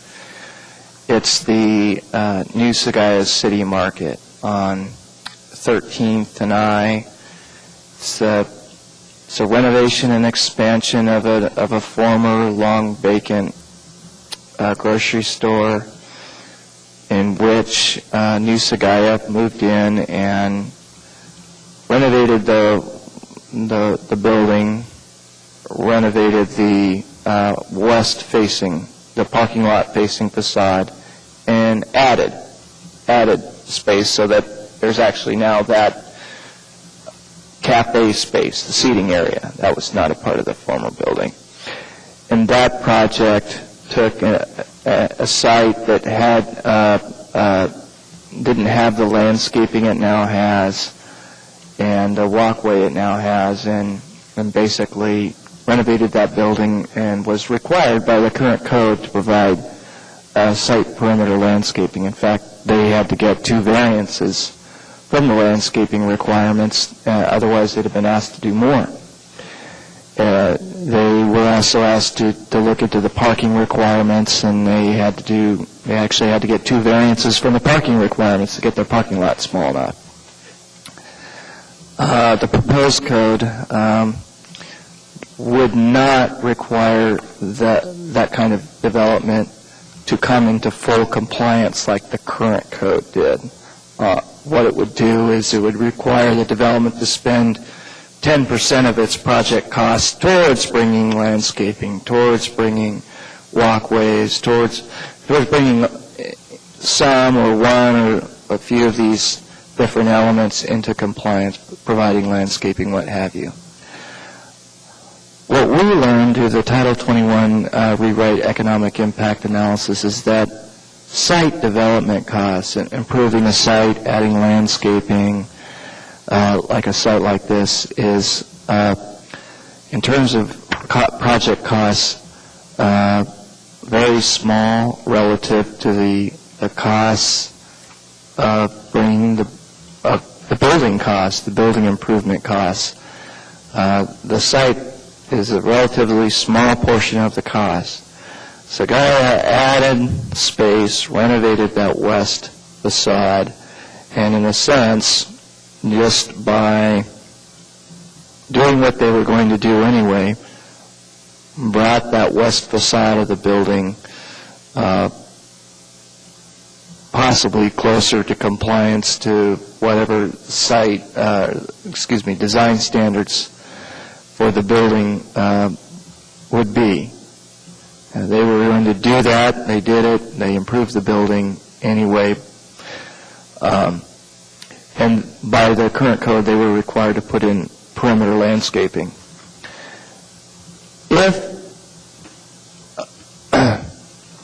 What the proposed code would do with this amendment would say you're required to provide 10% of your costs towards achieving all these other things, landscaping, parking, walkways, what have you. And what the Title 21 rewrite would say without this amendment, it would allow them to say, well, you know, most of my project cost was my addition that I was going to do, the windows and the new entry, and, you know, I'm going to count that towards my 10%. And because that was, 30, 40% of my project costs, I'm done. The result would be that under the proposed code, the community would not necessarily be able to ask for any perimeter landscaping, walkway, what have you. So you could get a situation where under the proposed code and these redevelopments, you get a lot little or nothing compared to the current code, where they were asked to improve the perimeter. On that site, the proposed code would basically allow them without variances to get the size parking lot they got there. The existing code would have required them to basically fill their entire site with a parking lot to handle a building like that. So we think that the proposed code is reducing their parking requirement. What we'd like to make sure of is make it clear that, you know, that building addition or that new building part of the new building you're putting in, it doesn't, you don't just be able to say, I count that towards my 10% project cost, I'm done. Because it's likely the community would not see any site improvements towards bringing the surrounding site, parking, landscaping, pedestrian or vehicle circulation towards compliance. Mr. Morrison and then Mr. Weddleton. I went through the building process when I redid the Diamond Store. And we had multiple meetings with the planning department going over what was our 10%, what was our 2%, what was the other percentages on it. I'm concerned in the wording that you're trying to construct here, it's almost a double dip. If you have your project expenses going in to rebuild the building and you're improving the site and you're improving the deal, the whole ambiance of it, if you're going to add more on top of that and not allow that part of that construction cost to go towards those items, you may kill the deal. When I did my project, I was told by other developers that I was crazy for doing what I was doing and there wasn't enough income to come back off of it. And I got to tell you, it's been tough for the last 4 years trying to figure out if I was going to make it work or not. I finally just leased out the last piece of property in there, and it looks like it's finally going to come out fine. Would I have not had pretty good cash reserves, the building would have failed. Now, if you think it's a small amount to add another 10% or another 2% on, but in my case, it would have been a deal breaker.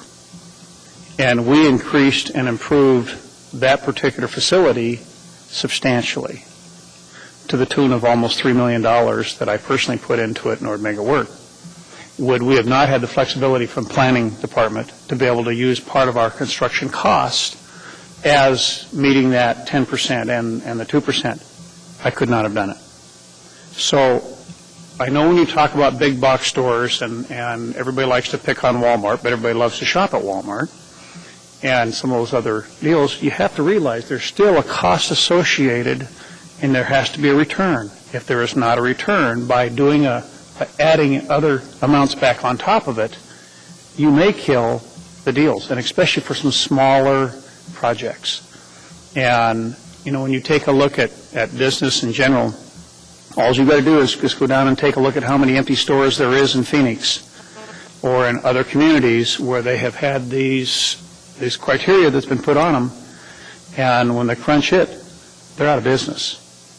So I guess what I'm reading in the wording and what I'm hearing in the understanding on this, I believe that you need to allow part of that construction cost. If it improves the site, if it does move it towards that direction, that construction cost should count towards that particular deal.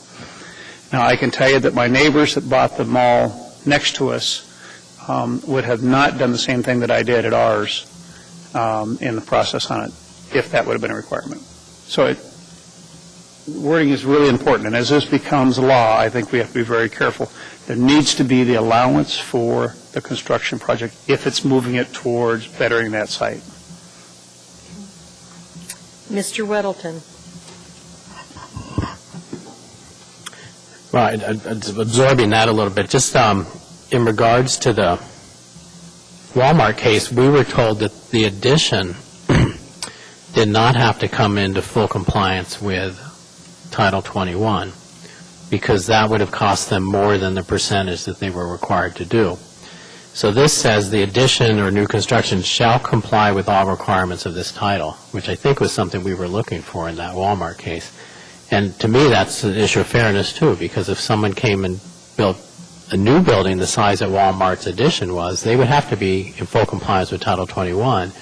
But because Walmart had an existing structure, they didn't have to meet those requirements, and that creates somewhat unfair competition. I think that's a little bit a different issue than this next section, though, that Commissioner Morrison was discussing. And in that case, I guess a question for staff then, suppose someone added onto a building and met the minimum requirements of Title 21. And the point here would be that, well, they don't get extra credit for that. What if they exceeded the requirements, though? Would they get credit for that?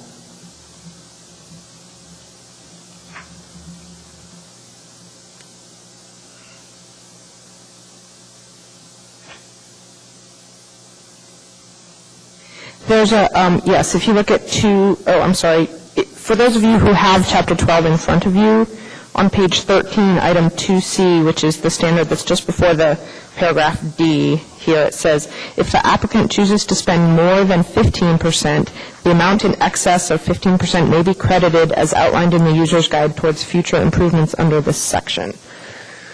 So you can get credited for going above and beyond, but it's above and beyond 15%, not 10%. And I would just like to comment that, we saw Long's Drug turn into Barnes & Noble, and while they made a nicer building, they made no improvements to the parking lot, and the parking lot isn't a great parking lot. We see, like, the REI Mall, that parking lot actually needs a lot of attention, but they may never, ever have to do anything to it if they can continually upgrade the building but not have to make any site improvements. The Walmart addition aside has a very large parking lot with very little landscaping, and if they can continually put all the money into the building and never make any site improvements, we'll never see any improvements to some of these spaces. So that was kind of the thinking that was going on for this amendment. I have to just offer a comment here. I suspect when people go to both Barnes & Noble and to REI, they're not focusing on whether there is or isn't landscaping. They're looking for a parking space.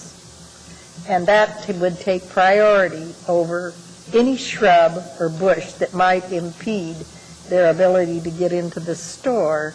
One of the concerns I have just in general is I don't want us to end up with a system that provides a disincentive for existing businesses to improve their facilities, to do renovations and to do improvements. I don't know that I can adequately evaluate it by myself, but I would certainly hate to have people feel like they're almost being punished by a new system.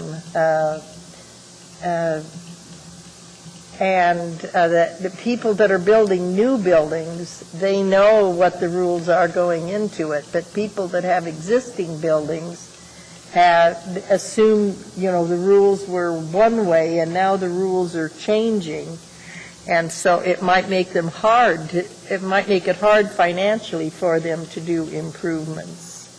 And we may just end up with more eyesores in the community because of it.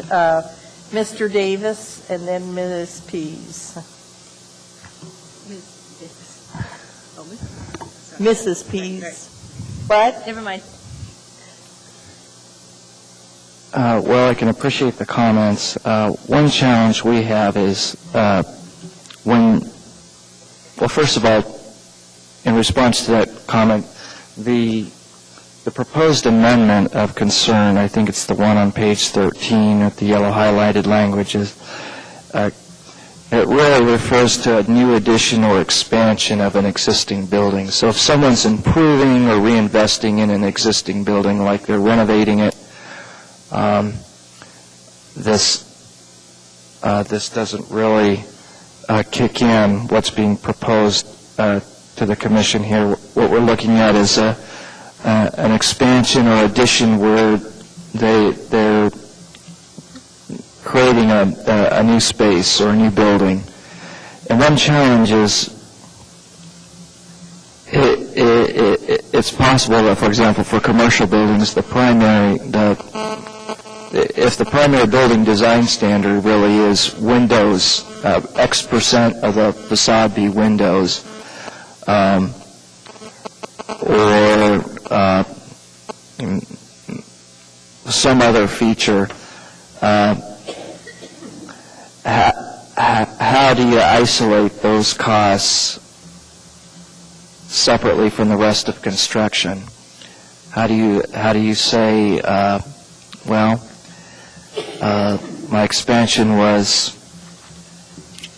$2 million.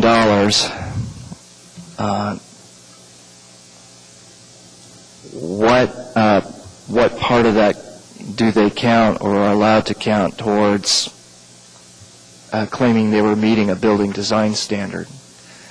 The whole $2 million for the expansion, or just that part that addressed windows or what have you, and how do you isolate that cost? It's more than the cost of a pane of glass. It may have structural, so it gets into big questions, and I can understand the comments and concerns. I guess it goes both ways. The building is costly enough so that if you are allowed to count the full cost of your new building or expansion towards that 10%, it's likely in a lot of cases that the community is going to end up in a situation like Barnes & Noble or what might have happened to New Sagaya. Just instead of landscaping around it, the community that they got through the current code, you don't get the new landscaping. You're just stuck with that old parking lot in almost every case. On the other hand, I can understand the concern that it works both ways. The cost of the building construction is so much that if you aren't allowed to count it,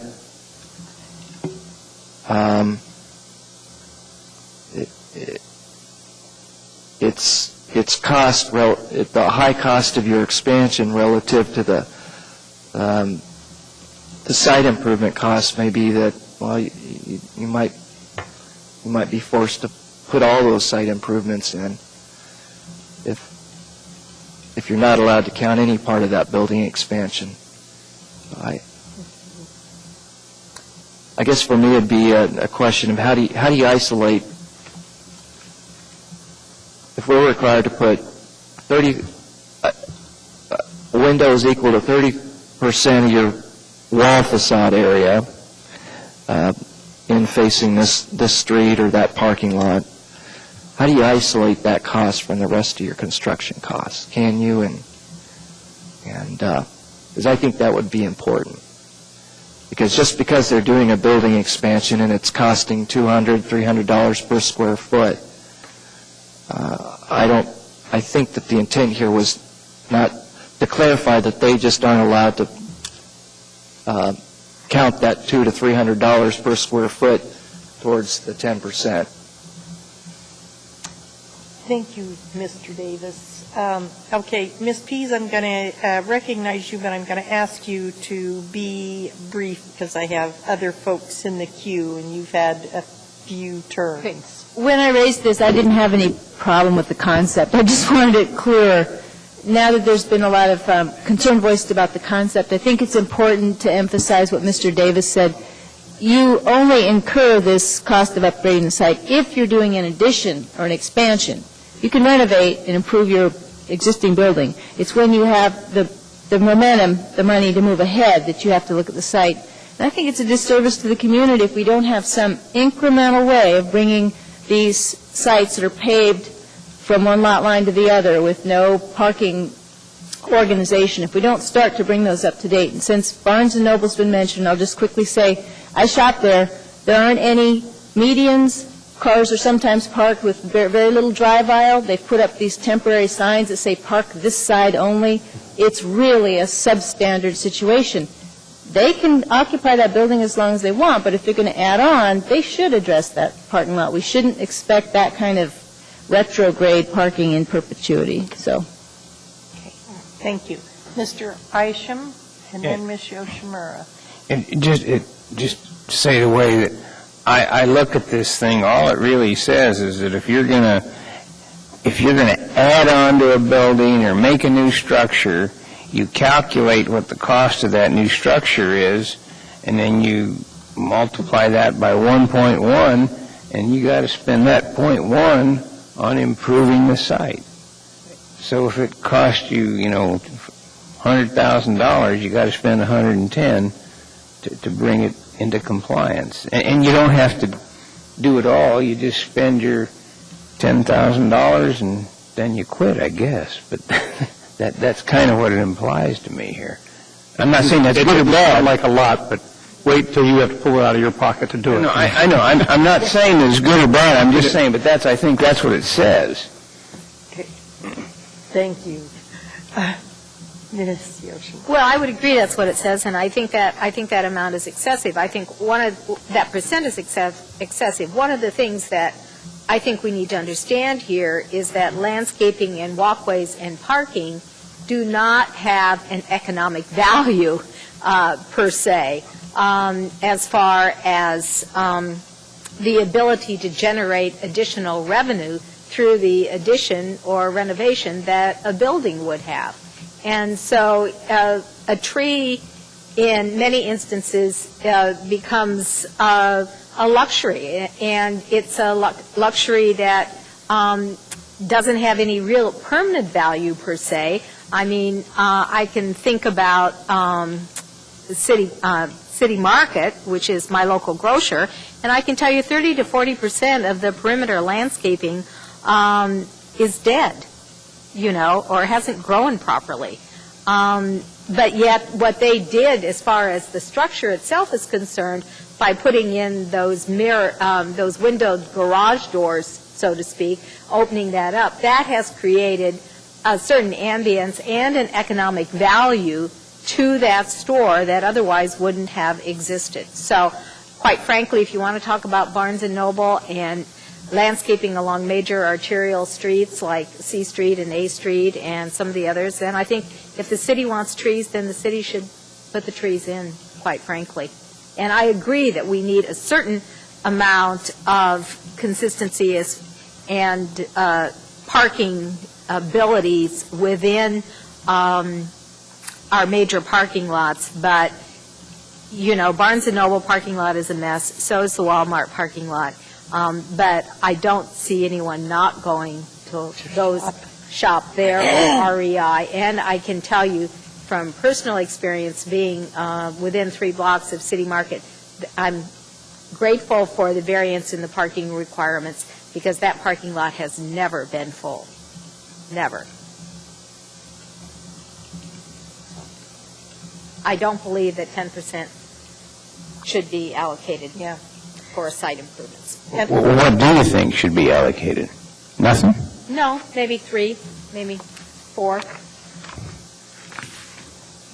Because that's still a lot of money. If it's $1 million, first of all, I don't think there are any $100,000 renovations. No, I mean, just There's probably $1 examples like it million renovation. multiply So easy. 40. So if you had 4%, or you had 4%, that would be $40,000, and you can plant a lot of trees for $40,000.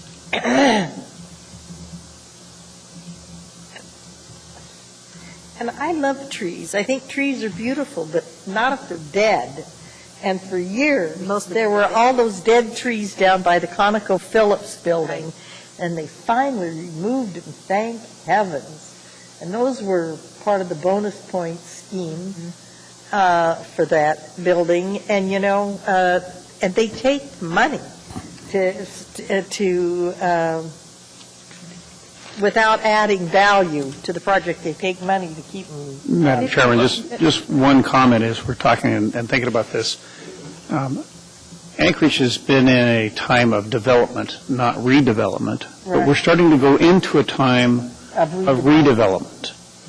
And I think that because we're going into a time of redevelopment, if you want to encourage some of the older buildings to be redeveloped, if you start putting these stipulations on, there'll be fewer and fewer of those projects that are going to happen. And speaking from a guy who did that, it costs a lot. And did it painfully. Painfully costs a lot. Yes. So redevelopment in many instances costs more than New construction. Yeah. Yeah, I see Miss Dean shaking her head. Don't get whiplash. Okay.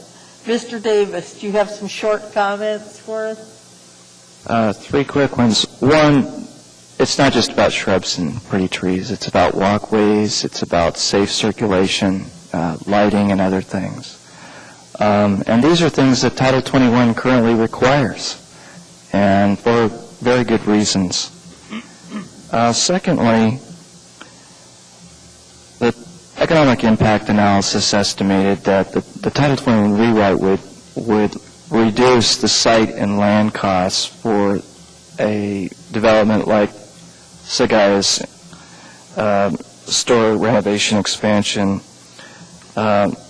such that the cost of site development in comparison to current code was anywhere from 30 to 40% less under the new code, and land area requirements 24 to 30% less. This new code is inducing redevelopment, is promoting redevelopment in a major way, mostly through those parking reductions. Lastly, I can't appreciate those comments by Mr. Morrison, and I think it'd be very important to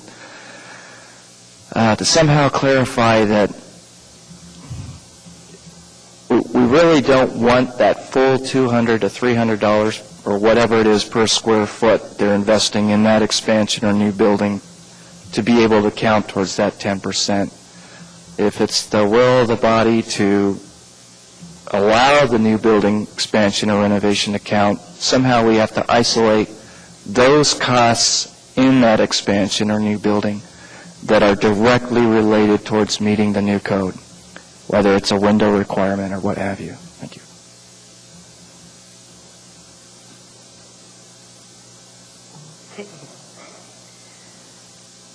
Mr. Isham, and then some last comments from Mr. But don't you already require in this, on page 32, this G, the additions and new construction, you already require those to meet, to be in compliance. So you're saying if you're going to build something onto Walmart, then it's got to have fenestrations and stuff like that to meet the new code. Whereas the old chunk of the building, you don't have to do anything to it. It could just be the box, and then you have this fancy little thing stuck on it. Now, I don't know realistically if a designer would do that. I mean, it seems to me that he'd want to make his building look fairly uniform if he were going to upgrade it. So, I mean, logically there, I can see where a developer would say, well, I had to do all this other stuff to the old section of the building to make it fit, and where they'd maybe want to count some of that towards meeting the new requirements. I would suggest that that would be a thought process that a person would go through. Okay, Ms. Pease, let's wrap this up. Just very briefly, landscaping does provide tremendous value to a community, maybe not directly to a person who puts a tree in, for example, but I don't want to give you landscaping 101, but there's shade, there's transpiration, there's privacy, there's protection from the street, there is wildlife, there is, there you go. That's about 101 right there. I just couldn't let that remark go unanswered. Okay. Well, now we're back where we started at least 30-plus minutes ago. What are we going to do with G on page 32? And the subsequent section, are we going to do anything with it? I think in terms of G, we don't have real dispute, but it's the wording on the next edition in yellow where there's some dispute. Is everybody okay with G? I don't hear any complaining. The next paragraph. What do you want to do? Put that on hold to around. Shall we, I don't, yellow. Would a compromise approach be to reduce the percentage? I think that may be. Reducing the percentage would be a good start. I don't agree with 3%, but I could. Would you consider 4? I would consider something like maybe 7. That means dredging up a new section that we'd already. We could do that, but we'd have to explicitly go back. We'd have to deal with it. I mean, it's in the paragraph just above where this is being inserted. Well, the knee bone is connected to the thigh bone. Madam Chair, I would want to hear how staff arrived at the 10%, and if this is a standard that other cities use, I don't think we should let ourselves fall behind. Well, I don't care what other cities are doing, quite frankly, right now. I care about economic conditions in Anchorage, Alaska, and the reality on the ground here. And if we're trying to encourage redevelopment, of which we have a lot that needs to be redeveloped, what can we do to facilitate that? And, what can we do? Madam Chair, the 10% was taken from our current code's non-conforming provisions about the big box stores, that currently this basic premise applies to big box, and we made it more broadly applicable to all development because we were going away from our current code requirement that says if you have a non-conforming characteristic of use and you want to make some sort of change, you have to bring it fully into compliance. And because we were saying, okay, you don't have to do that anymore, we're raising the community is raising the standards here. They're raising the standards for what's expected of development. And so we were saying that if, new development has to do this, and so if you are making changes to your existing development, we're not going to make you come all the way up to the new standards. We're going to make you go a little step forward. So that was why the 10% is in there.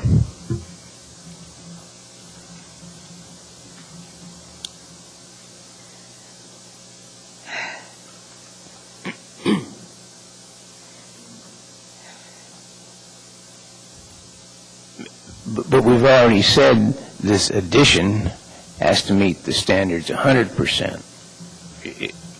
Is that correct?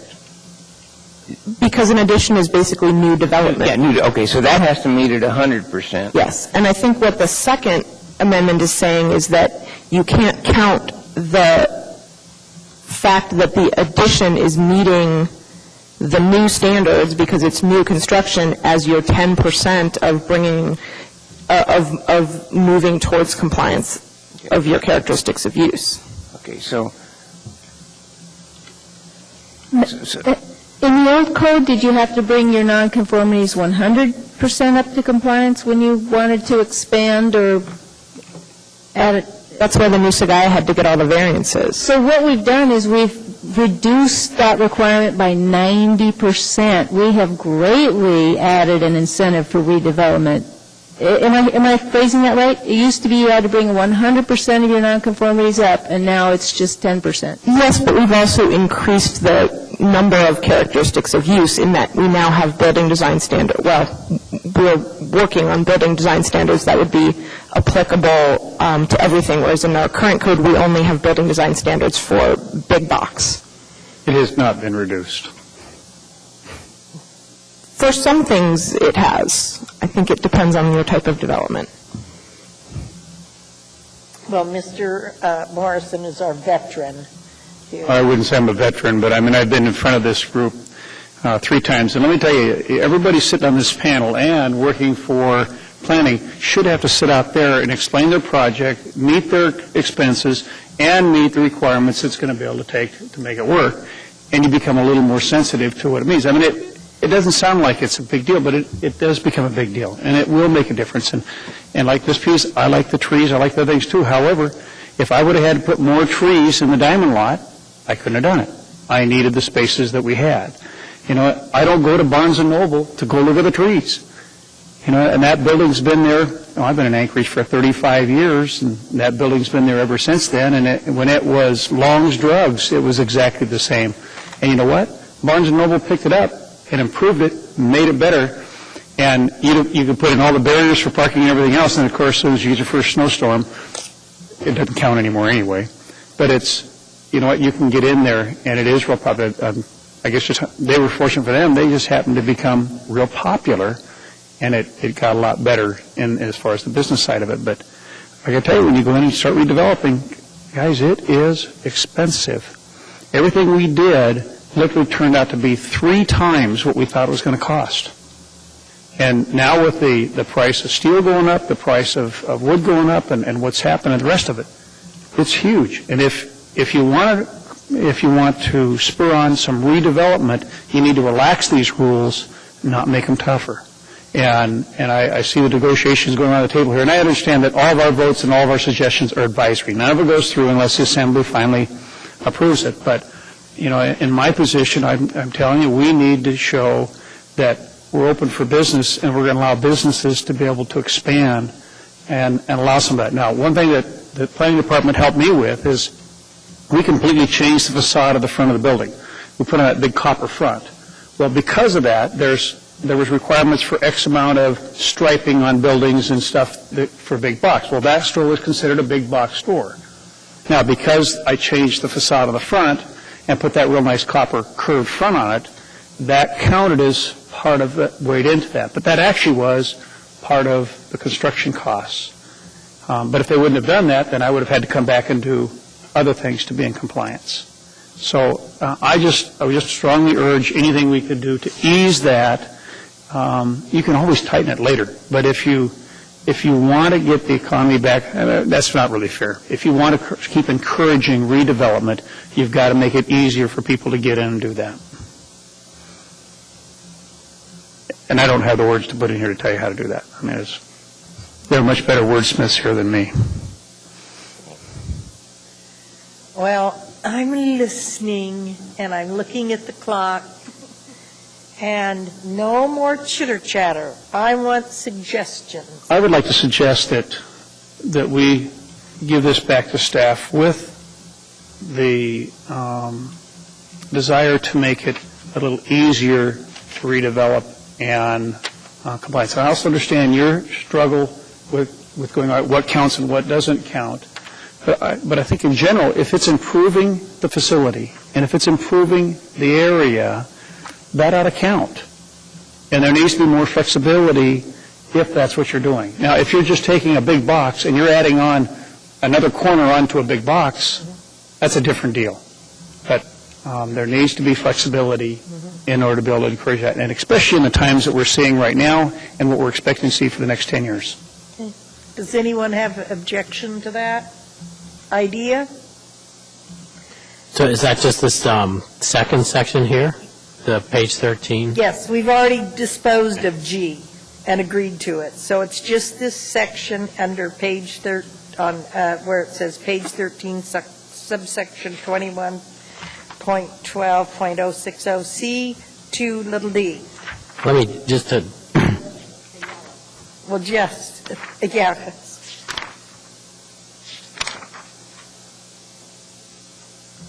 Well, I think you need something in there to deal with the G. I mean, I think is the goal that any new addition, we're saying, does have to meet the current Title 21, but anything above and beyond the minimum required could be counted towards that 10%. Is that kind of where we're headed here? Well, that was one thing I heard. Another thing was that you wouldn't have to spend 10% toward correcting your current problems. So there are a couple ideas, and then there's the idea of leaving it. Yes. So there's a range. Would like staff to explore some ideas of maybe a reduced percentage. Mr. Isham had suggested perhaps 7, looking at 7%. Ms. Yoshimura suggested 4. I don't have a number to suggest. The only comment I had was that I do have concern about creating barriers to redevelopment or disincentives to it. In fact, we have a policy, I think we as a community have a policy about providing incentives for redevelopment, especially in areas that are distressed. I don't know if we have policies that relate to commercial properties, but I believe we do, Ms. Connie. But I know we surely do with regard to residential properties, and Connie shook her head and said we do with regard to commercial properties. And I don't know how we can honor that policy if we don't have incentives in the code to make it a little more durable, because there's no incentive to go into those parts of the community in the first place and to do redevelopment. We can't always provide tax incentives, but if there's, some incentive otherwise, or it's a little easier to do that redevelopment of a parcel, we might start seeing some regeneration of business properties in communities of town that could really use more commercial business. Places like Fairview and perhaps Mountain View.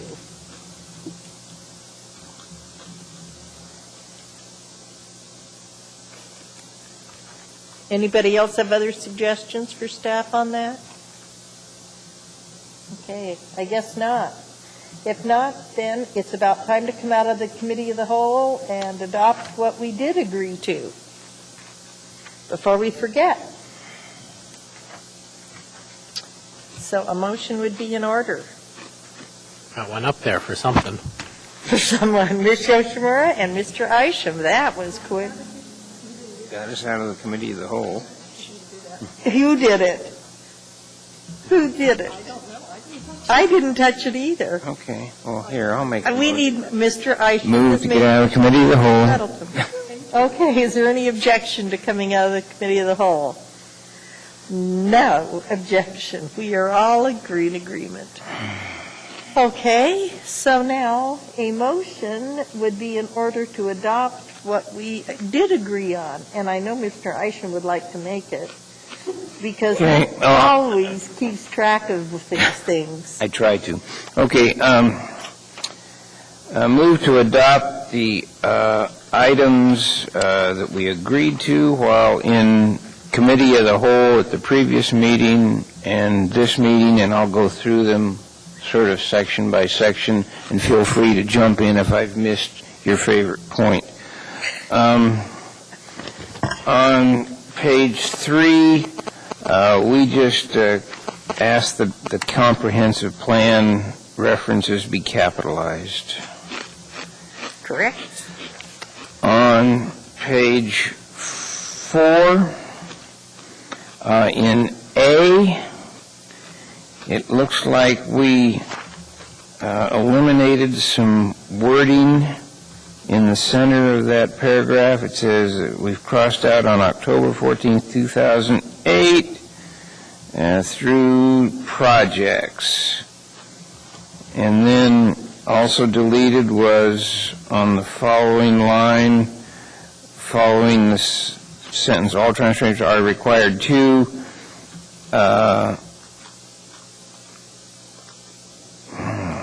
I got context-sensitive solution policy, which is intended to identify. I got that crossed out. Is it everybody? Yes. Okay. From the word follow. Follow the word to functional is gone, I think. Yes. Okay, right, all right. No, not to functional, but No. to identify. Yeah, So identify is To. left in. right. Yes. There you go, okay. Thank you. And I see nothing else on that page. No. On page 5, we switched paragraphs 2B and C. We just flipped them around. So community meeting is first and application submittable is second. Down at the bottom of the page on 4, I have the word decision in A circled with a question mark. Did we make any change on that, or did I? No, was just we left it. we left it, okay. And then under 4B, we've added some wording there, so it reads existing conditions, including but not limited to traffic volumes. Correct. Okay. All right, on page 6, let's see, B, Roman numeral 5, long-term impact on existing and projected land uses in the vicinity is how it should read. Correct. And then Roman numeral 7 on that same one, impacts on utilities and other public utilities, including undergrounding of overhead utilities is how it should read. Correction, other public infrastructure? Infrastructure. Infrastructure, okay. I wonder why I said utilities. Okay, I'm sorry. Yes. So that should read, impacts on utilities and other public infrastructure, including undergrounding of overhead utilities. Okay, Roman numeral 11, pedestrian and other non-motorized access is how it should read. Going down to the bottom of page 6, Roman numeral 7, accommodation of pedestrians and non-motorized vehicles. And then the top of page 7, that paragraph, very first paragraph, should be D. I think it was C. Little c. It was little c, it should be little d. Uh-huh. Let's see, page 7, 3D should be C and E should be D. I think we just got out of sequence there. C1, Yeah. I had. C1 changes. I think we had one more change at staff's request, and that is on 2B, the second line.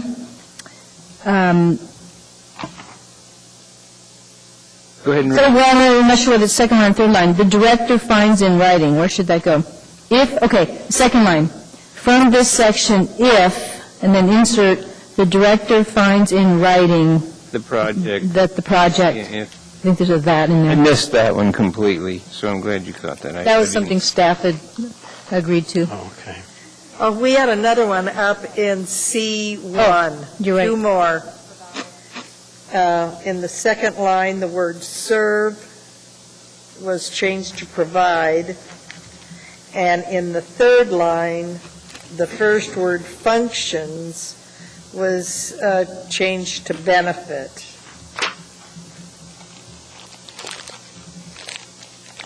Thank you. Okay? Then, like I said, down at the bottom of the page, we Change. changed the D to C and the E to D. Going to page 8, top of the page, that's F to E. Okay? Let's see, 13, did we? Yes. Okay, 13, okay, 13, page 9. We've, under C, Roman numeral 1, 2, and 3, we've basically readjusted where it says bonus for open space, bonus for below-grade parking, bonus for affordable housing, so that it follows the sequence there. On page 10, Roman numeral 6, bonus for daylighting residences. I think we changed that. Did we change that? Ambient daylight, Bonus for providing ambient daylight. yes. Excuse me, my notes say bonus for ambient daylight for residences. Oh, bonus for, Ambient Daylight daylighting for for residences? Just daylight. for Ambient daylight. Okay.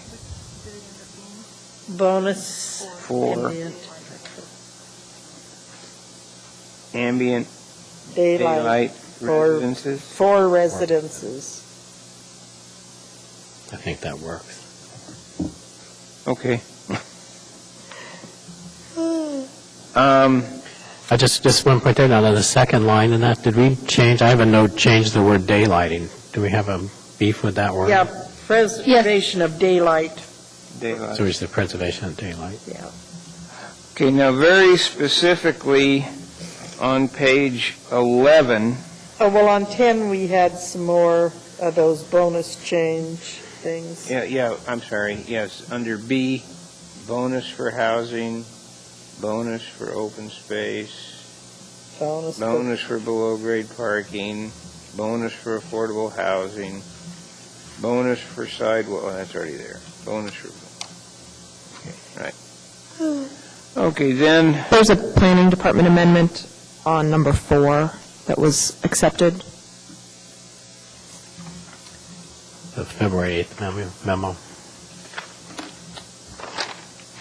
right.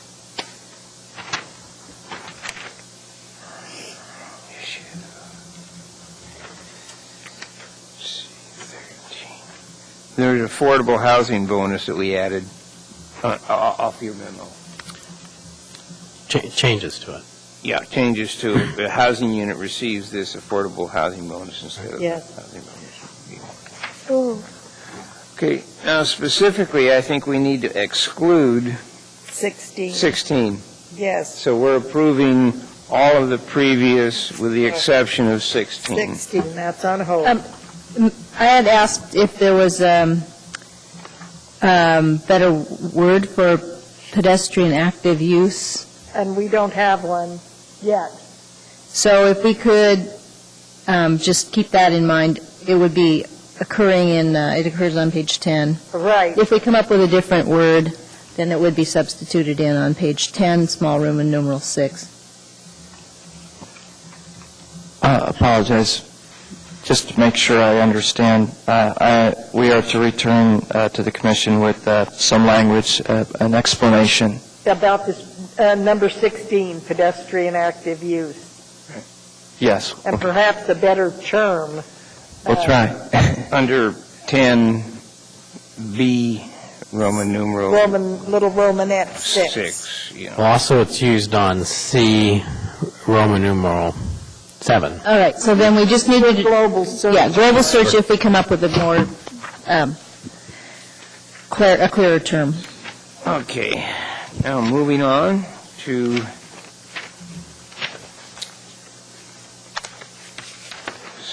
section, let's see, 14. Getting there. Okay, on section 14,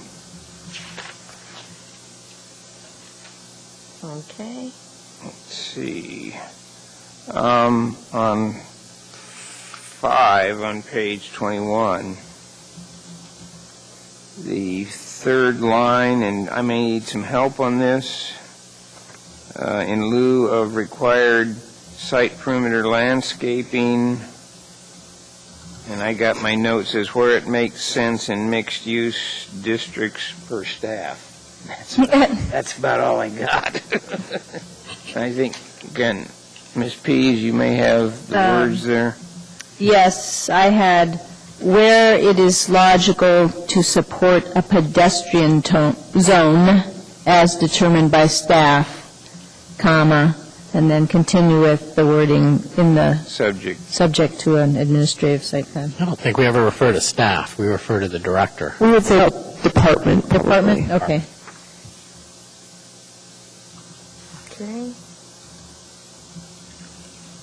Okay. There's a Let's see, I don't have any other notes on 5A. page 21 unless somebody... there is the staff memo of February 8th. Right. Subsection A had modifications.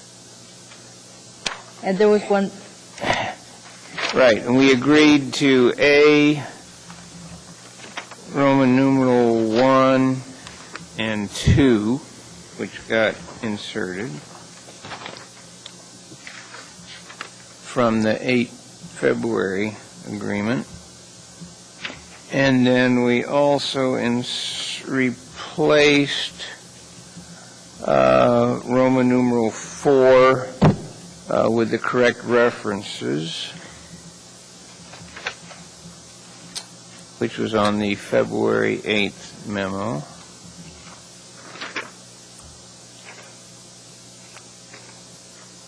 And we had no particular discussions that I could remember on the building interface, pedestrian movement, or street interface. Mr. Eichenbach, on page 21, Ms. Pease had requested the addition of language about the width of the street interface zone along streets with heavier and faster traffic. Okay, my notes say the width of the street interface zone shall be, these are my words, shall be wider along more heavily traveled streets. And that was going to go on to page 21, not onto page 22. Yeah, I have it written on the bottom of my page 21. Yeah.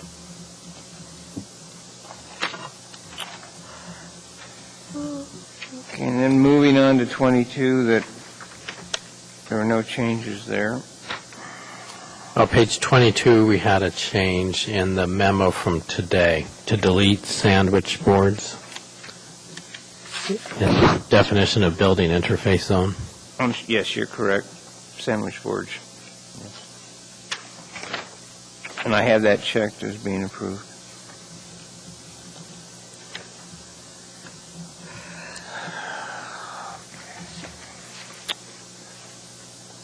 We agreed not to look at 15.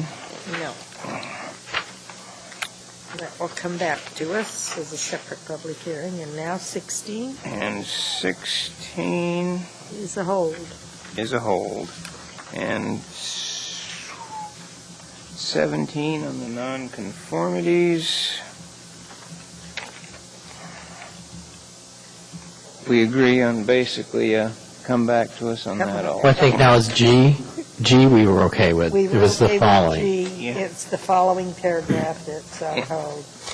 And I think the discussion was that they need to look more just than that paragraph there, because there may be some Other percentages that they have to look at or something like that as they come back and propose this. Okay, and so if you want to make that officially a motion, thank you. And Mr. Weddleton seconded. Thank you for the help. Okay, would you like to discuss your motion? Madam Chair, I think that we've basically dealt with those areas as a group, and those that we could agree to, we've accepted after long discussion, and those that we don't agree to, we're going back to have staff relook and Yes. come back to let us know what their latest rendition will be, and that the proposed changes basically clarify those areas that were questionable. Okay. Is there any objection, or is there any further discussion on the motion? Is there any objection? Hearing none, it is approved. We have reached the end of our agenda, but I do have some administrative business to conduct before we go home. First of all, I want to be sure to remind everyone that our APOC statements are due by March 15th. Has anyone received an electronic notice yet from the clerk's office with a form? No, and I looked it up today panicking that it was March 1st. Yeah, okay. I will make sure everyone tomorrow gets emailed a copy of that form. It must be in the clerk's office before the close of business on March 15th. Their APOC will find you and fine you. And second, staff, a question for you. I just want to confirm, Francis had mentioned that we have no cases on our agenda for next week. And if that's the case, you know what that means. Vacay. No meeting next week, so you won't be missing a meeting this piece. So our next meeting will be March 5th, I believe, unless something catastrophic happens between now and next Monday. But April 5th. April. I said May. I was March. Okay, it will be April 5th will be our next meeting. The next item is that I really appreciate your vote of confidence in re-electing me your chair, and you may be sorry because I intend to tighten up my gavel a bit this next year. I think we can. And tonight I want to commend you. We moved things along better tonight, and I appreciate that. And I also appreciate the fact that everybody talked and that everyone was engaged in the conversations tonight. And I especially appreciate Ms. Dean and Mr. Morrison chiming up and chirping loud and clear. I'm sorry I missed the director's meeting last time, but I've had a couple of little slip and falls lately. I don't know when I got so clumsy, but I'm fine. Just have a bruised ego and a few other body parts. Do any commissioners have any comments? Good night. Well, actually, I have a question. Where are we on 16? We put it on hold, but did we send this back to staff? Yeah. But we didn't really give direction on what to do with it, did we? I thought we did. My sense was, well, I don't know. I know what I want. I thought we were going to pull it out and then vote on it, was my sense. You thought we were going to vote on it tonight? Because we did. And we can send it back, but I don't know if we recommended anything for you to do with Back it. to get some ideas. I think Ms. Bees wanted some information on the potential height of vertical retaining walls, which I can try to draw up. Well, how about on the page 7, sidewalk and trails, though? That was our... Yeah, that was a different one. 16 had to do with... Oh, that's part of 16. Yes, that's the earlier part. You're right. And so where do we land on that? We basically sent the whole thing back. We'll just deal with it. We'll deal with it all together. Okay. Fine. With regard to that, I think it would be important to look at where we have trails along local streets and if we have an alternative to vacate sections of them, does that weaken our network? I don't know if that's useful information, but I guess I'd like to. Do you still have copies of the Hillside District Plan? Yes. Okay, maybe. That would be it, huh? Well, my understanding is for the Hillside area, that amends the Trails Plan. Okay. We'll bring that. Okay.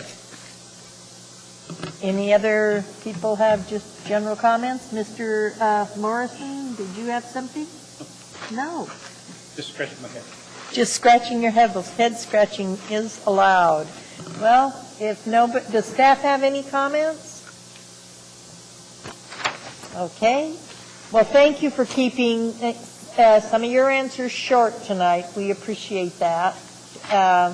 And the work session was very helpful, and I'm sure it was very interesting for those that are new to the land use map, and Mr. Davis. And so thank you very much. Keep your Title 21 stuff as usual. We'll need it again. And a motion to dismiss would be in order, or a motion for adjourn. Okay, I see Ms. Yoshimura and Mr. Morrison have chimed in.